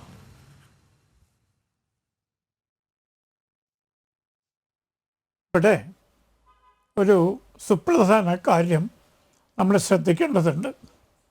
ഈ സമീപകാലത്ത് ഇവിടെ പങ്കെടുക്കുന്ന രണ്ട് സുഹൃത്തുക്കളും സൂചിപ്പിച്ചതുപോലെ സുപ്രീം കോടതി ഭരണഘടനയിൽ ഇല്ലാത്ത വാക്കുകൾ എഴുതി ചേർത്തു. ഒരു 2 അംഗ ബെഞ്ച്, 3 മാസം. ഭരണഘടനയിൽ ഒരു സ്ഥലത്തും രാഷ്ട്രപതിയോ ഗവർണറോ ഒരു ബില്ലിന് അനുമതി കൊടുക്കുന്നതിന് സമയപരിധി നിശ്ചയിച്ചിട്ടില്ല. ആ സമയപരിധി നിശ്ചയിക്കാത്തത് ആകസ്മികമായ ഒരു തെറ്റല്ല, മറിച്ച് സമയപരിധി വേണമെന്ന് ഭരണഘടനാ നിർവഹണ സമിതിയിൽ വിശദമായ വാദം വളരെ ഉന്നതരായ അഭിഭാഷകർ ഉന്നയിച്ചു.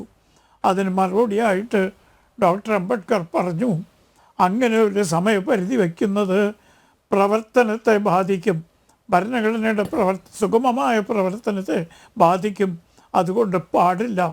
ഇപ്പോൾ ആ വിധി കൊണ്ട് മെച്ചം കിട്ടിയ ആളുകൾ കൊട്ടിഘോഷിക്കുന്നു, സുപ്രീം കോടതി വിധി അയ്യോ ഞങ്ങൾക്ക് കോരിത്തരിപ്പുണ്ടാക്കുന്നു. പക്ഷേ സുപ്രീം കോടതി 3 മാസം എന്ന് എഴുതിയത് എന്ത് നിയമത്തിൻ്റെ പിൻബലത്തിലാണ്? മറിച്ച് ഇതുവരെ സുപ്രീം കോടതി പറഞ്ഞ എല്ലാ വിധികൾക്കും എതിരാണ് എന്ന് ഈ കൊട്ടിഘോഷിക്കുന്ന ആളുകൾ വിസ്മരിക്കുന്നു. അങ്ങനെ പറയുന്ന ആളുകളെ ജുഡീഷ്യറിയുടെ വിമർശകരായി അവർ ചിത്രീകരിക്കുന്നു. ഞാൻ ചോദിക്കട്ടെ, ഈ 3 മാസം സമയം എന്ന് പറയുന്ന മാന്യന്മാർ ഒരു കേസ് തീരുമാനിക്കാൻ എത്ര വർഷമെടുക്കുന്നുണ്ട്? കേരളത്തിൽ നിന്നൊരു ജഡ്ജി സുപ്രീം കോടതി ജഡ്ജിയായിട്ട് വർഷങ്ങളും തായിട്ടും വിധി പ്രസ്താവിക്കുന്നില്ല എന്ന് ബാർ കൗൺസിലും ബാർ അസോസിയേഷനും പരാതി പറയേണ്ടി വന്നു. അവസാനം ബീഹാറിൽ നിന്നുള്ളൊരു കേസിൽ 6 മാസം സമയം വെച്ചു. ഞാനും അനിൽ നമ്പ്യാരുമായിട്ട് ഒരു പണമിടപാടുണ്ടായിട്ട് ഞാൻ കേസ് കൊടുത്താൽ അത് കൈകൊണ്ട് തൊടാൻ ഒരു ജഡ്ജിക്കും താല്പര്യമില്ല, കാരണം മാധ്യമങ്ങളിൽ വരില്ല.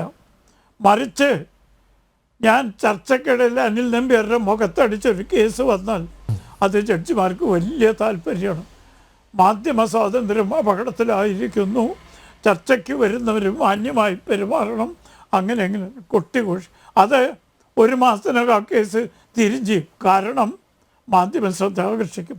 ഇവിടെ സിവിൽ കേസുകൾ തീർക്കാൻ ഒരു ജഡ്ജിക്കും യാതൊരു താല്പര്യമില്ല.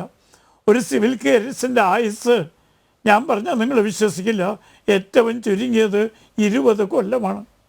എന്ത് നീതിന്യായമാണ് നമ്മുടെ രാജ്യത്ത് നടപ്പാക്കുന്നത്? പാവപ്പെട്ട ആളുകൾ, വസ്തുപോയ ആളുകൾ ഹൈക്കോടതിയിൽ വന്ന് കാവലിരുന്ന് വക്കീൽമാരെ പഴി പറഞ്ഞുകൊണ്ട് കാത്തിരുന്ന് അവർക്ക് കിട്ടുന്ന അനുഭവം 20 കൊല്ലമാണ്. നമ്മുടെ ജുഡീഷ്യറി സംവിധാനത്തിൽ മിക്ക വ്യവഹാരങ്ങളുടെയും ആയുസ് 30 കൊല്ലമാണ്.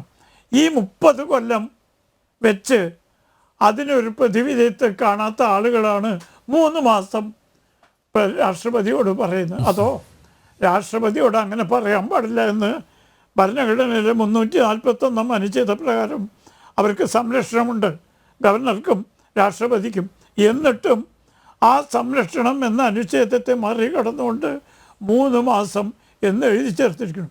ഇതിനടിസ്ഥാനമായിട്ട് അവർ ഉപപരമായി കണ്ടുപിടിച്ചിരിക്കുന്നത് പാകിസ്ഥാൻ ഭരണഘടനയിലെ അനുച്ഛേദങ്ങളാണ്. എന്തൊരു വിചിത്രമാണ് നമ്മുടെ ജുഡീഷ്യറിയുടെ പോക്ക്.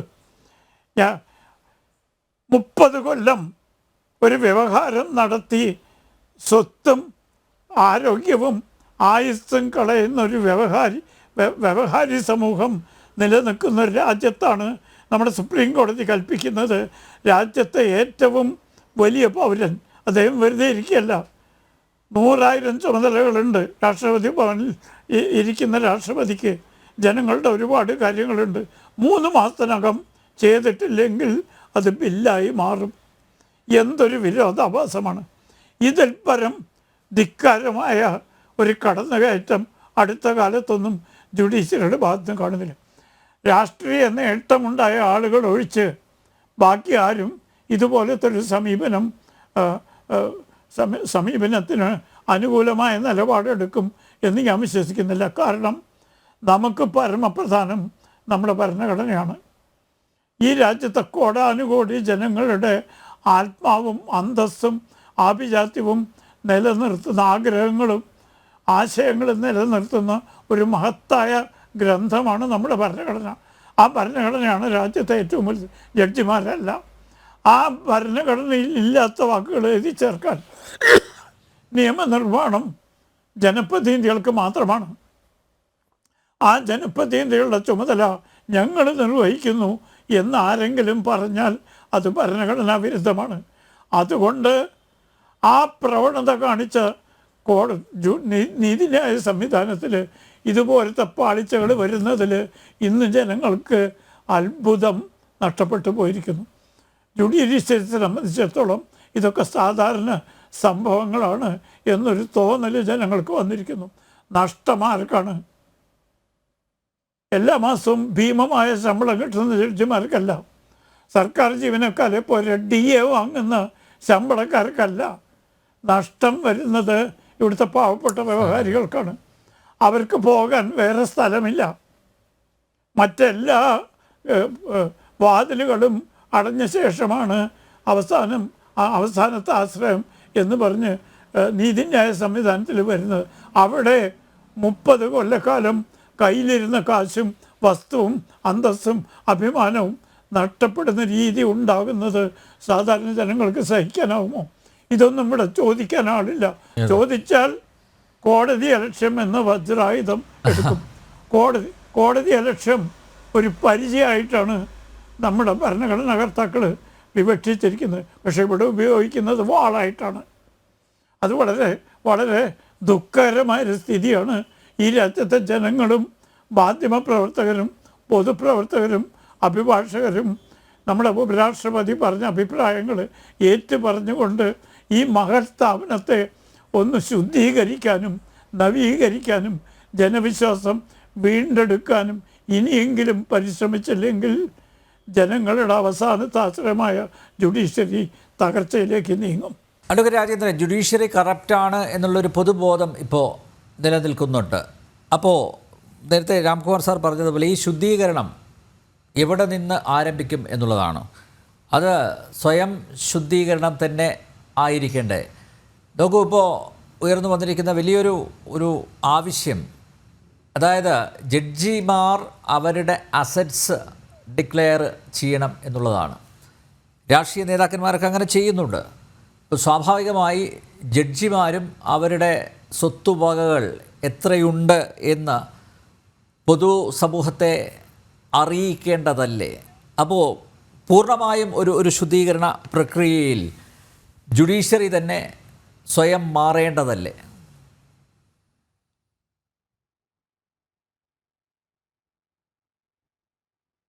തീർച്ചയായിട്ടും ശുദ്ധീകരണ പ്രക്രിയ ആരംഭിക്കേണ്ടത് ജുഡീഷ്യറിക്കുള്ളിൽ നിന്നാണ്. ഇപ്പോൾ രാംകുമാർ സാറ് പറഞ്ഞല്ലോ, ഭരണഘടനാദത്തമല്ലാത്ത അല്ലെങ്കിൽ ഭരണഘടനയിൽ പറഞ്ഞിട്ടില്ലാത്ത ഒരു അധികാരമെടുത്ത് ഉപയോഗിച്ചുകൊണ്ട് പ്രസിഡൻറ്റും ഗവർണർമാരും ബില്ലുകൾക്ക് അനുമതി കൊടുക്കുന്നതിനെക്കുറിച്ച് പറഞ്ഞു. 3 മാസത്തിനകം ബില്ലിൽ ഒപ്പിട്ടുകൊള്ളണമെന്നാണ് നിഷ്കർഷിച്ചത്. ഏറ്റവും വിചിത്രമായൊരു വസ്തുത, ആ വിധിന്യായം വന്നതിനോട് ചേർന്നിട്ടാണ് വഖഫ് നിയമവുമായി ബന്ധപ്പെട്ട് സുപ്രീം കോടതിയിൽ കേസുകൾ വന്നത്. അത് കേട്ടതിന് ശേഷം ആ കേസുകൾ വിശദമായി കേൾക്കാൻ പോസ്റ്റ് ചെയ്യുന്ന സമയത്ത് അതിനോട് ടാഗ് ചെയ്യാൻ പറഞ്ഞ കേസുകളിലൊന്ന് 25 വർഷം മുൻപ് സുപ്രീം കോടതിയിൽ ഫയൽ ചെയ്തതാണ്. അപ്പോൾ 25 വർഷമായി സുപ്രീം കോടതിയിൽ തൊടാതെ കേസുകൾ കിടക്കുന്നു എന്നാണ് ഭാരതത്തിലെ ജനം മനസ്സിലാക്കിയത്. ശരിക്കും പറഞ്ഞാൽ ഗവർണർമാർക്കും രാഷ്ട്രപതിക്കും സമയം നിശ്ചയിച്ച ഈ ജഡ്ജിമാർ നമ്മുടെ നിയമപുസ്തകം ഒന്ന് മറിച്ചു നോക്കേണ്ടതുണ്ട്. സത്യത്തിൽ നമ്മുടെ നിയമപുസ്തകത്തിൽ അത് സിവിലാണെങ്കിലും ക്രിമിനലാണെങ്കിലും ഓരോ കേസുകളും തീർക്കേണ്ടതിൻ്റെ സമയക്രമത്തെക്കുറിച്ച് വ്യക്തമായി പറഞ്ഞിട്ടുണ്ട്. 30 വർഷക്കാലം ഒരു സിവിൽ കേസ് നടത്താൻ ഒരു വ്യക്തിയുടെ ആയുസ്സും വപുസ്സും എല്ലാം തീരുന്നു എന്ന് രാംകുമാർ സാർ അനുഭവത്തിൻ്റെ അടിസ്ഥാനത്തിൽ വെളിച്ചത്തിലാണ് പറഞ്ഞത്.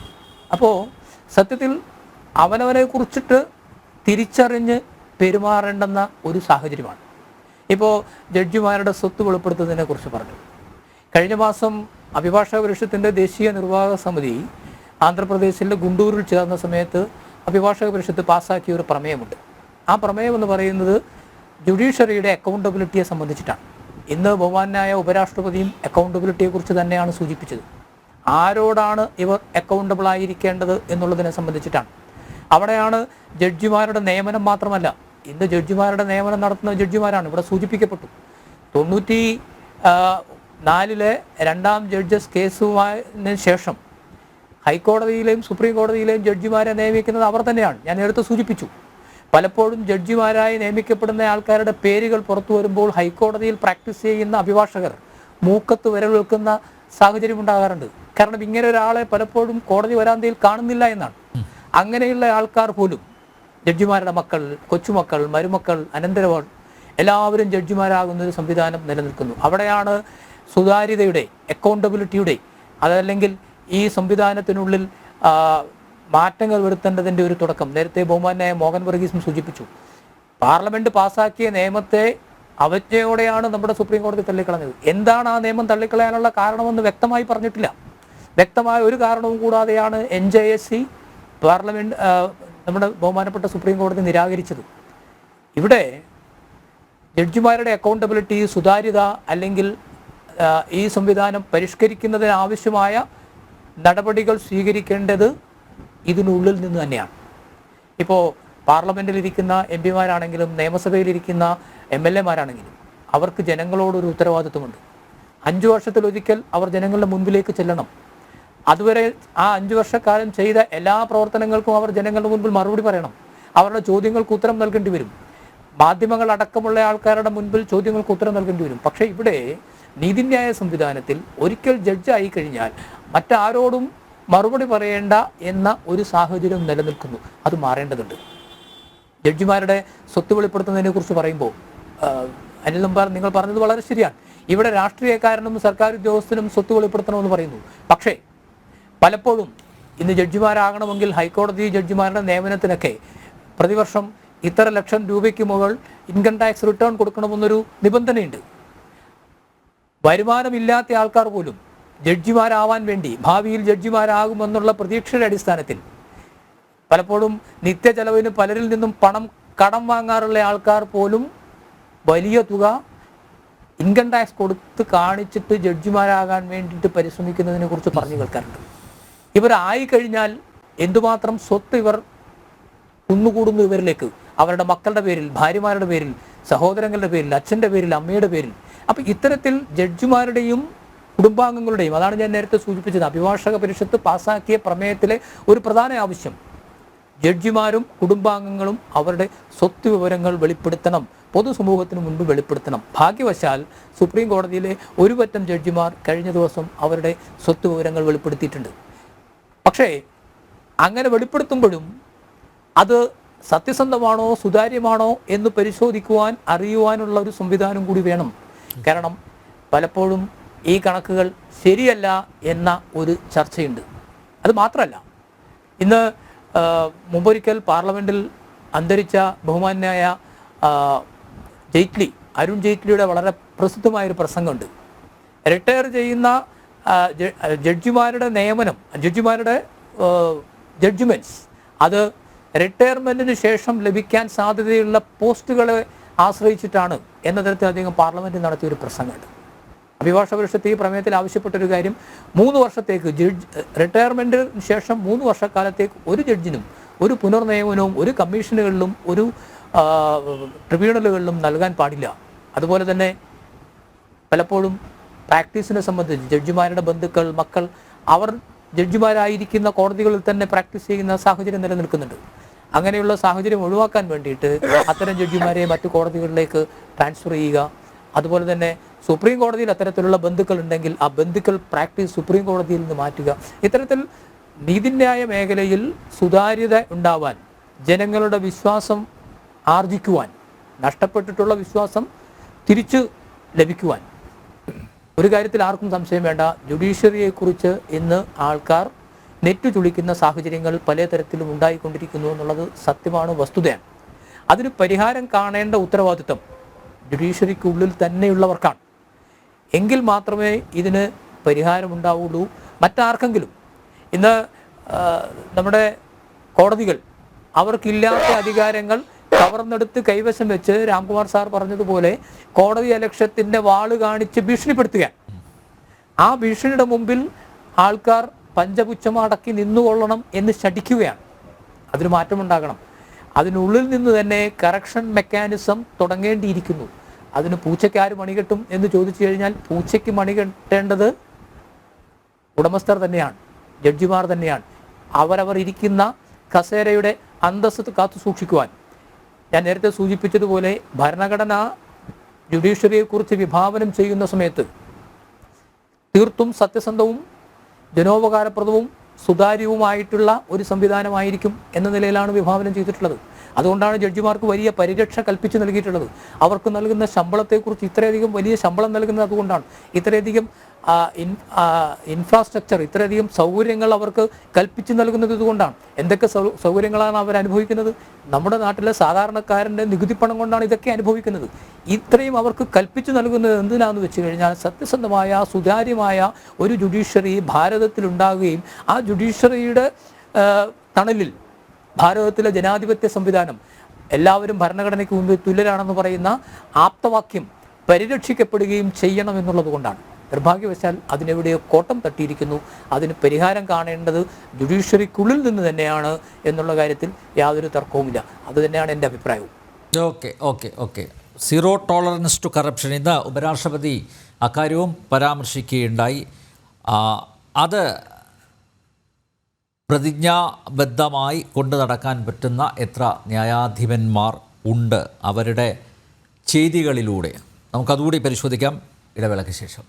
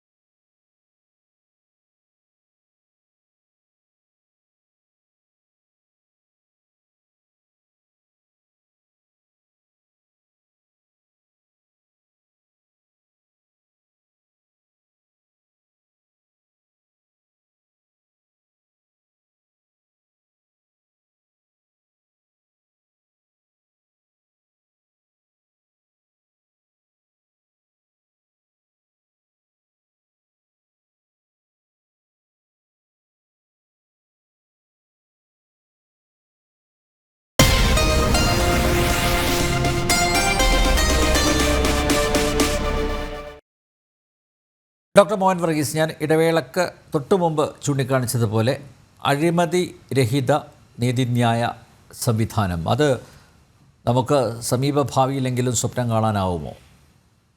ശ്രീ അനിൽ, ഇതൊരു പ്രതീക്ഷയാണ്. ഇപ്പം രാജ്യം സ്വാതന്ത്ര്യാനന്തരം ഏറെ മുന്നോട്ട് പോയിരിക്കുന്നു. നമ്മുടെ സ്ട്രക്ചേഴ്സ് കുറച്ചുകൂടി ഒരു വർക്കിംഗ് പാറ്റേണിലേക്ക് വരികയാണ്. ഇത് ഇവോൾവ് ചെയ്ത് ഇന്ത്യൻ ജനാധിപത്യം ഇവോൾവ് ചെയ്ത് ഒരു പ്രത്യേക സ്റ്റേജിലെത്തിയിരിക്കുന്നു.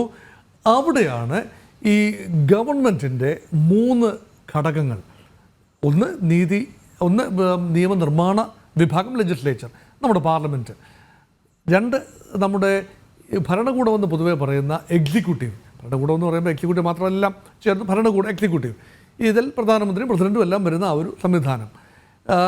3ാമത്തെ ഒരു ഘടകമാണ് ജുഡീഷ്യറി. ഈ ജുഡീഷ്യറിക്ക് അക്കൗണ്ടബിലിറ്റി എന്തുകൊണ്ട് ആയിക്കൂടാ? Executive is accountable to the legislature. പ്രധാനമന്ത്രി ആയി ഇരിക്കുന്നയാൾ ലോക്സഭയിൽ ഭൂരിപക്ഷം ഉള്ളിടത്തോളം കാലം മാത്രം അധികാരത്തിൽ. He is responsible to the lower house of the parliament. അതാണ് വെസ്റ്റ്മിനിസ്റ്റർ മാതൃക. ഓരോ നിയമസഭ അല്ലെങ്കിൽ ലോക്സഭ അംഗം, MP മാർ, MLA മാർ, അവർ റെസ്പോൺസിബിളാണ്. ആരോട്? അവരെ തിരഞ്ഞെടുക്കുന്ന ജനങ്ങളോട് റെസ്പോൺസിബിളാണ്. അത് മാത്രമല്ല, അല്ലെങ്കിൽ വീണ്ടും തിരഞ്ഞെടുപ്പിന് ചെല്ലുമ്പോൾ ജനങ്ങൾ പാഠം പഠിപ്പിച്ച് വിടും. അതുകൊണ്ട് അവരും റെസ്പോൺസിബിളാണ്. പക്ഷേ 3ാമത്തെ വിഭാഗമായ ജുഡീഷ്യറി ആരോടാണ് റെസ്പോൺസിബിൾ? ജുഡീഷ്യറി ഇലക്ഷനിലൂടെ വരുന്നവരല്ലെന്ന് ഓർക്കണം. ജനഹിതമനുസരിച്ച് വരുന്നവരല്ല എന്നോർക്കണം. ഒരു പ്രത്യേക പ്രക്രിയയിലൂടെ അവർ സെലക്റ്റഡ് ആവുകയാണ്. പ്രത്യേകിച്ച് ഉന്നത നീതിപീഠത്തിൽ ജഡ്ജിമാർ വരുന്നത് ഒരു പ്രത്യേക രീതിയിലുള്ള നിയമന പ്രാക്ടീസാണ്. കൊളീജിയം സിസ്റ്റവും അതിൻ്റെ ഒരു മൊഡാലിറ്റീസും. അപ്പോൾ ആ ദുരൂഹമായ ഒരു തെരഞ്ഞെടുപ്പ് പ്രക്രിയ അല്ലെങ്കിൽ സെലക്ഷൻ പ്രക്രിയ, അതിനുശേഷം അവർക്ക് നിശ്ചിത വർഷം കഴിഞ്ഞ് റിട്ടയർ ചെയ്യണമെന്ന് മാത്രമേ ഉള്ളൂ. അതുവരെയുള്ള ജഡ്ജിമാരുടെ പ്രവർത്തനങ്ങൾ നിരീക്ഷിക്കാനോ അത് വിശകലനം ചെയ്യാനോ നമുക്ക് സാഹചര്യമില്ല. ഒരു വിധിയുടെ ഡോക്ടർ, ഒന്ന് ഞാൻ ഇടപെട്ടോട്ടെ. ഈ നാഷണൽ ജുഡീഷ്യൽ കമ്മീഷൻ അങ്ങനെ ഒരു സംവിധാനം വന്നപ്പോൾ അതിനെ ഭരണഘടനാ വിരുദ്ധം എന്ന് പറഞ്ഞ് അട്ടിമറിച്ചത് കോടതി തന്നെയല്ലേ? അതേ കോടതി തന്നെയാണ്. കാരണം ജഡ്ജിമാരുടെ നിയമനത്തിന് നിശ്ചിത രീതികൾ ഉണ്ടാവണം. ഒരു കോക്കസ് അല്ല അത് ചെയ്യേണ്ടത്. അവരുടെ അക്കൗണ്ടബിലിറ്റിയുടെ പാറ്റേൺ എന്താണ്? To whom are they accountable? ഇത് ഒരു ബില്ലിലൂടെ കൊണ്ടുവരികയാണ്, ഒരു നിയമമായി കൊണ്ടുവരികയാണ്. അപ്പോൾ അത് കൊണ്ടുവരുമ്പോൾ അത് ഭരണഘടനയുടെ അന്തസത്തയ്ക്ക് ചേരുന്നതല്ല. ജുഡീഷ്യൽ റിവ്യൂ എന്ന അധികാരം ഉപയോഗിച്ചുകൊണ്ട് ഭരണഘടനാ വിരുദ്ധമായി പ്രഖ്യാപിക്കാനുള്ള ഒരു അവകാശം കോടതിക്കൊണ്ടില്ല എന്നല്ല പറയുന്നത്. അതാണ് കോടതിയുടെ അവകാശം. ഭരണഘടനയുടെ സംരക്ഷണത്തിനായി ഏതെങ്കിലും ഒരു ഭാഗം, പാർലമെൻറ്റ് പാസ്സാക്കുന്ന ഏതെങ്കിലും ഒരു നിയമമോ അല്ലെങ്കിൽ എക്സിക്യൂട്ടീവിൻ്റെ ഭാഗത്തുനിന്ന് വരുന്ന ഏതെങ്കിലും ഉത്തരവോ ഭരണഘടനയുടെ അന്തസത്തയ്ക്ക് ചേരുന്നതല്ല എങ്കിൽ അതിനെ അൾട്രാ വൈറസായി, നൾ ആൻഡ് വോയിഡായി പ്രഖ്യാപിക്കാനുള്ള അവകാശമുണ്ട്. ആ അവകാശം തങ്ങളുടെ നേരെ തന്നെ വിരൽ ചൂണ്ടുന്ന നിയമനിർമ്മാണം വന്നപ്പോൾ അത് അൾട്രാ വൈറസായി പ്രഖ്യാപിച്ചു. ഇത് ഇന്നലെ തുടങ്ങിയ ഒരു കാര്യമൊന്നുമല്ല. ഇവിടെ കേശവാനന്ദ ഭാരതി കേസും മിനർവ മിൽസ് കേസും അല്ലെങ്കിൽ അതിനു മുമ്പുള്ള ഗോലക്നാഥ് കേസുമൊക്കെ വലിയ ഉദാഹരണങ്ങളാണ്. അപ്പോൾ പാർലമെൻറ്റ് എപ്പോഴെല്ലാം കുറച്ച് സ്ട്രെച്ച് ചെയ്ത് വന്നിട്ടുണ്ടോ കോടതി അതിൻ്റെ പാർലമെൻറ്റിൻ്റെ ചിറകരിയാൻ ശ്രമിച്ചു, അല്ലെങ്കിൽ എക്സിക്യൂട്ടീവിൻ്റെ ചിറകരിയാൻ ശ്രമിച്ചിട്ടുണ്ട്. അപ്പോഴെല്ലാം ഭരണഘടനാ ഭേദഗതിയിലൂടെ തങ്ങൾക്ക് പറ്റിയ ആ ഒരു പോരായ്മ പരിഹരിച്ചുകൊണ്ട് സ്വയം ശക്തി ആർജിക്കാൻ പാർലമെൻറ്റ് ശ്രമിച്ചു. അപ്പോഴെല്ലാം കോടതി അതിനെ തള്ളിക്കളയുന്ന ഒരു കാര്യമാണ്. അതായത് എല്ലാ കാലത്തും മോർ പവർഫുൾ കോടതി തന്നെയാണ്. എപ്പോഴും അങ്ങനെയല്ല. അതിനകത്ത് കോടതി, അതായത് ഭരണഘടന ഏറ്റവും പ്രധാനപ്പെട്ട ഇൻസ്ട്രുമെൻ്റ് ഭരണഘടനയാണല്ലോ. ഭരണഘടന ഭേദഗതി ചെയ്യാനുള്ള ചുമതല പാർലമെൻറ്റിനാണ്. അതാണ് നിയമം. ആ പാർലമെൻറ്റ് ഭരണഘടന ഭേദഗതി ചെയ്യുമ്പോൾ അത് ഏത് ഭാഗം ഭേദഗതി ചെയ്യാം? ജഡ്ജിമാരെ സംബന്ധിക്കുന്ന ഒരു കാര്യം ഭേദഗതി ചെയ്താൽ ഉടനെ തന്നെ ബേസിക് സ്ട്രക്ചർ ഡോക്ട്രിൻ എന്ന വാളെടുത്ത് അങ്ങ് വീശും. എന്താണ്? ഭരണഘടന ഭേദഗതി ചെയ്തോളൂ, പക്ഷേ ഭരണഘടനയുടെ അടിസ്ഥാന ശിലകൾ ഭേദഗതിക്ക് വിധേയമല്ല. അപ്പം നമ്മുടെ ഭരണഘടനയെ റിജിഡ് എന്നാണ് പറയുക പൊതുവേ, അല്ലെങ്കിൽ partly rigid and partly flexible, more of A rigid side. അതായത് സാധാരണ നിയമനിർമ്മാണ പ്രക്രിയ കൊണ്ട് ഭേദഗതി ചെയ്യാനാവില്ല. വളരെ കുറച്ച് ഭാഗങ്ങൾ മാത്രമേ സാധാരണ ഒരു സിമ്പിൾ മെജോറിറ്റിയിൽ ഭേദഗതി ചെയ്യാനാവൂ. ലോക്സഭയിലെയും രാജ്യസഭയിലെയും ഭൂരിപക്ഷം കൊണ്ട് ഭേദഗതി ചെയ്യാനാവൂ. മറ്റു ചില പ്രൊവിഷൻസിന് 2/3 majority in both the houses of the parliament അത് ആവശ്യമുണ്ട്. പക്ഷേ മറ്റ് ചില കാര്യങ്ങൾ ഭേദഗതി ചെയ്യണം എങ്കിൽ സംസ്ഥാന നിയമസഭകളുടെ കൂടി അനുവാദം വേണം. അത് വലിയ ബുദ്ധിമുട്ടാണ്. എല്ലാ 50%-ലധികം സംസ്ഥാന നിയമസഭകളും കൂടി അംഗീകരിച്ചെങ്കിൽ മാത്രമേ ഭേദഗതി ചെയ്യാനാവൂ. പക്ഷേ അവിടെയും നിൽക്കുന്നില്ല. അവിടെയാണ് കോടതിയുടെ ഇടപെടൽ.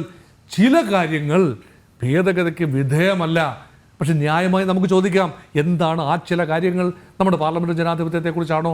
പാടില്ല എന്ന് പറയുന്നത് നമ്മുടെ ഫെഡറലിസത്തെക്കുറിച്ചാണോ? അല്ലെങ്കിൽ ഇന്ത്യയിലെ യൂണിയൻ ഓഫ് സ്റ്റേറ്റ്സ് എന്ന് പറയുന്ന കാര്യത്തെക്കുറിച്ചാണോ? നമ്മുടെ ഈ പ്രിയാമ്പിളിൽ പറയുന്ന sovereign, socialist, secular, democratic, republic ഇങ്ങനെയുള്ള പില്ലേഴ്സിനെ കുറിച്ചാണോ? അതിനെക്കുറിച്ച് കോടതി ഒന്നും പറയുന്നില്ല. ഓരോ കേസുകൾ വരുമ്പോൾ അതിൻ്റെ മെറിറ്റ് അനുസരിച്ച് തീരുമാനിക്കാം എന്ന ഒരു പ്രിറോഗറ്റീവ് കോടതി അവിടെ റിട്ടേൺ ചെയ്തു. അത് സാവോളം കോടതി ആസ്വദിക്കുന്ന ഒരു കാര്യമാണ്. അതുകൊണ്ട് കോടതിക്കെതിരെ വിരൽ ചൂണ്ടുന്ന നിയമനിർമ്മാണങ്ങൾ ഉണ്ടായാൽ, കോടതിയുടെ ചിറകുകൾ ചെറിയ തോതിലെങ്കിലും പ്രൂൺ ചെയ്യുന്ന, അരിക എന്ന് പറയുന്നില്ല, കോതി നിർത്തുന്ന നിയമനിർമ്മാണങ്ങൾ ഉണ്ടായാൽ, പ്രത്യേകിച്ച് അവർക്ക് അക്കൗണ്ടബിലിറ്റി, ഇതാണ് ആ കമ്മീഷൻ, ജുഡീഷ്യൽ അക്കൗണ്ടബിലിറ്റി. അപ്പം ഇവരുടെ അക്കൗണ്ടബിൾ ഒരു കേസ് എത്ര കാലം, സർക്കാർ ഉദ്യോഗസ്ഥന്മാർക്ക് നിയമമുണ്ടല്ലോ, ഒരു ഫയൽ മേശപ്പുറത്ത് വന്നാൽ എത്ര കാലം, എത്ര ദിവസം ആ മേശപ്പുറത്ത് വെക്കാം, അതിനുള്ളിൽ തീരുമാനം എടുത്തുകൊള്ളണം എന്ന് പറഞ്ഞാൽ അത് നിയമമാണ്, അത് റൂളാണ്, ചട്ടമാണ്. അത് ചെയ്തു കഴിഞ്ഞാൽ അടുത്ത പേശയിലേക്ക് പോകണം. അല്ല എങ്കിൽ അതിന് നടപടി ഉണ്ടാകാം.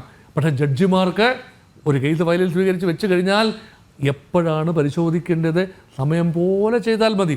അതാണ് രാംകുമാർ സാർ പറഞ്ഞ ആ ഒരു 20-30 വർഷം വെച്ച് താമസിപ്പിക്കുന്ന സിവിൽ കേസ്. അപ്പൊ ജസ്റ്റിസ് അങ്ങനെയുള്ളവരാണ് രാഷ്ട്രപതിയും ഗവർണറെയും 30 ദിവസത്തിനുള്ളിൽ തീരുമാനമെടുക്കണമെന്ന് നിർദ്ദേശിക്കുന്നത്. തങ്ങൾക്ക് ബാധകമല്ലാത്ത ഒരു സമയക്രമം മറ്റുള്ളവർക്ക് ബാധകമാണ്, രാഷ്ട്രപതിക്ക് ബാധകമാണ്, ഗവർണർക്ക് ബാധകമാണ്. 3 മാസത്തിനുള്ളിൽ തീർപ്പ് കൽപ്പിച്ചുകൊള്ളണം. ഇങ്ങനെയുള്ള ഇരട്ടത്താപ്പാണ്. ഈ ഇരട്ടത്താപ്പ് നമ്മൾ മനസ്സിൽ ഒരുപാട് പേര് ആഗ്രഹിച്ചിട്ടുണ്ടാവാം. ഇതാരെങ്കിലും ഒന്ന്, ഈ രാജാവ് നഗ്നനാണ് എന്ന് ആരെങ്കിലും ഒന്ന് പറയണമല്ലോ. ഉപരാഷ്ട്രപതി വിളിച്ചു പറഞ്ഞു. ആ കൊച്ചു കുഞ്ഞാണ് ഇപ്പോൾ ഉപരാഷ്ട്രപതി എന്ന കൊച്ചു കുഞ്ഞാണ് രാജാവ് നഗ്നനാണ് എന്ന് ലോകത്തോടായി വിളിച്ചു പറഞ്ഞിരിക്കുന്നത്. അത് ജനം ഏറ്റെടുക്കുമോ? നമ്മുടെ രാഷ്ട്രീയ കക്ഷികൾ അതോട് എങ്ങനെ പ്രതികരിക്കും? അതോ ഇതിൽ നിന്നും ഒരു ഗെയിൻ ഉണ്ടാക്കാൻ ശ്രമിക്കുകയാണോ? അതായത് ഇപ്പം രാഷ്ട്രീയ കക്ഷികൾ പ്രതിപക്ഷത്തിൻ്റെ വലിയ പരാതി എന്താണ്? ഭരണപക്ഷം കോടതിയെ ഹൈജാക്ക് ചെയ്ത് കൊണ്ടുപോകുന്നു. തങ്ങൾക്ക് അനുകൂലമായ, രാമക്ഷേത്രത്തിൽ ഉൾപ്പെടെ തങ്ങൾക്ക് അനുകൂലമായ വിധി ഉണ്ടാകുന്നു. അപ്പോൾ അത് രാഷ്ട്രീയ പ്രേരിതമാണ്. വിധികളെല്ലാം തന്നെ ഭരിക്കുന്ന രാഷ്ട്രീയ കക്ഷിയുടെ ഹിത അനുസരണമായി വരുന്നതാണ്. കോടതിയിലുള്ള വിശ്വാസം വർദ്ധിച്ചിട്ടുണ്ട്. അത് ഇപ്പോൾ ഇതാ വഖഫ് വിഷയത്തിലാകട്ടെ, അല്ലാതെ ബില്ലുകൾ വെച്ച് താമസിപ്പിക്കുന്ന വിഷയത്തിൽ ആയിക്കൊള്ളട്ടെ, ഗവൺമെൻറ്, കേന്ദ്ര സർക്കാരിന് ബുദ്ധിമുട്ടുണ്ടാക്കുന്ന രീതിയിൽ, ഭരിക്കുന്ന കക്ഷിക്ക് ബുദ്ധിമുട്ടുണ്ടാക്കുന്ന രീതിയിൽ ഇത് വരുന്നു.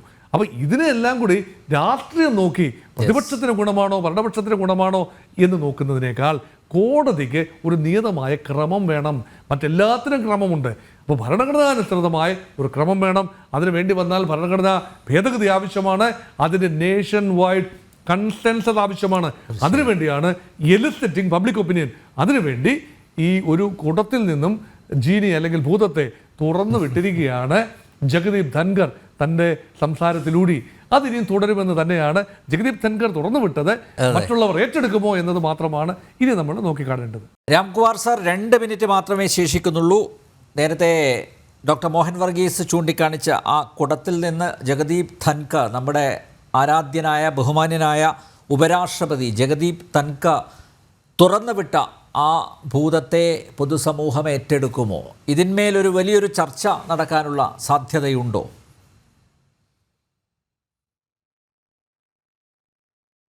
ഞാൻ കരുതുന്നില്ല.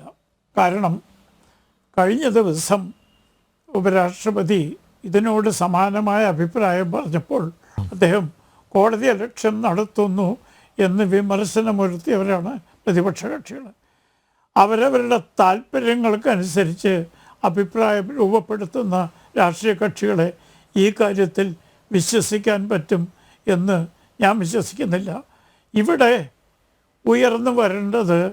എതിർപ്പ് ഉയർന്നു വരേണ്ടത് ശ്രീ ഡോക്ടർ മോഹൻ വർഗീസ് പറഞ്ഞ പോലെ ജുഡീഷ്യറിയുടെ അകത്തുനിന്നും അഭിഭാഷക സമൂഹത്തും അഭിഭാഷക സംഘടനകളും ബുദ്ധിജീവികളും മാധ്യമപ്രവർത്തകരുമാണ്. രാഷ്ട്രീയ പ്രവർത്തകരിൽ നിന്ന് അത് പ്രതീക്ഷിക്കുന്നത്. ഞാനൊരു ചെറിയ സംഭവം പ്രേക്ഷകരുടെയും അനിൽ നമ്പ്യാരുടെയും ശ്രദ്ധയിൽപ്പെടുത്താണ്. ശ്രീ ദീപക് മിശ്ര ഇന്ത്യയുടെ ചീഫ് ജസ്റ്റിസ് ആയിരിക്കുമ്പോൾ അദ്ദേഹത്തിൻ്റെ പ്രവൃത്തികളെ പരസ്യമായി എതിർത്തുകൊണ്ടും ആക്ഷേപിച്ചുകൊണ്ടും അദ്ദേഹത്തിൻ്റെ ജഡ്ജി ജസ്റ്റിസ് ചേലമേശ്വരൻ്റെ നേതൃത്വത്തിൽ 5 ജഡ്ജിമാർ ഡൽഹിയിൽ ഒരു പ്രസ് കോൺഫറൻസ് നടത്തി. അതിൽ വെച്ച് ജസ്റ്റിസ് ഗോഗോയ് അടക്കം അതിൽ പങ്കാളിയായി. പിന്നീട് അദ്ദേഹം പിന്മാറി. അവിടെ വെച്ച് സുപ്രീം കോടതിയിൽ നടക്കുന്ന അനീതികളും കേസുകളുടെ പോസ്റ്റിങ്ങുള്ള അഴിമതി എന്ന വാക്ക് ഉപയോഗിച്ചില്ലെങ്കിലും അവരെന്താണ് ഉദ്ദേശിച്ചത് എന്ന് വ്യക്തമായിരുന്നു. ഇതൊരു തുടക്കമാണെന്ന് പലരും തെറ്റിദ്ധരിച്ചു, പക്ഷേ ചീറ്റിപ്പോയി. പിന്നീട് ഒന്നും നടന്നില്ല. പിന്നീട് ആ വിഷയം ജനങ്ങൾ മറന്നു. അതുകൊണ്ട് ജുഡീഷ്യറിയുടെ അകത്ത് നിന്ന് എന്തെങ്കിലും പ്രതികരണമുണ്ടാകുമെന്ന് അസ്ഥാനത്താണ്. കാരണം ഇവിടെ പല നിയമങ്ങളും ലംഘിക്കുന്നത് ജുഡീഷ്യറി തന്നെയാണ്. ഉദാഹരണത്തിന് നമ്മുടെ അഡ്വക്കേറ്റ്സ് ആക്ടിൽ ഒരു വകുപ്പുണ്ട്, ബന്ധുക്കൾ ജഡ്ജിമാരായ കോടതിയിൽ പ്രാക്ടീസ് ചെയ്യുമ്പോൾ ആരെങ്കിലും അനുസരിക്കുന്നുണ്ടോ? എൻ്റെ അറിവിൽ കേരള ഹൈക്കോടതിയിൽ ഒരു ഘട്ടത്തിൽ 12 ബന്ധുക്കളുള്ള ഒരു ജഡ്ജി ഉണ്ടായിരുന്നു. അവരിൽ പലരും ആ കോടതിയിൽ ഹാജരാകുകയും ചെയ്തിരുന്നു. ഇന്നും അത് നടന്നുകൊണ്ടിരിക്കുന്നുണ്ട്. പല ജഡ്ജിമാരെയും മക്കൾ കോടതികളിൽ പ്രാക്ടീസ് ചെയ്യുന്നു. അത് നിർത്താൻ അവരല്ലേ മുൻകൈ എടുക്കുന്നുണ്ട്, അവർ മുൻകൈ എടുക്കുന്നുണ്ട്. ചില മാന്യന്മാരായ ജഡ്ജിമാർ അത് ചെയ്യുന്നുണ്ട്. നമ്മുടെ കേരള ഹൈക്കോടതിയെ സംബന്ധിച്ചിടത്തോളം ഇന്ന് വരെ ഭാഗ്യവശാൽ ഒരു അഴിമതിയുടെ ചീത്തപ്പേര് കേൾക്കേണ്ടി വന്നിട്ടില്ല. നമ്മുടെ പല ജഡ്ജിമാരും ആരോഗ്യം പോലും മറന്ന് കഠിനാധ്വാനം ചെയ്തുകൊണ്ടിരിക്കുകയാണ്.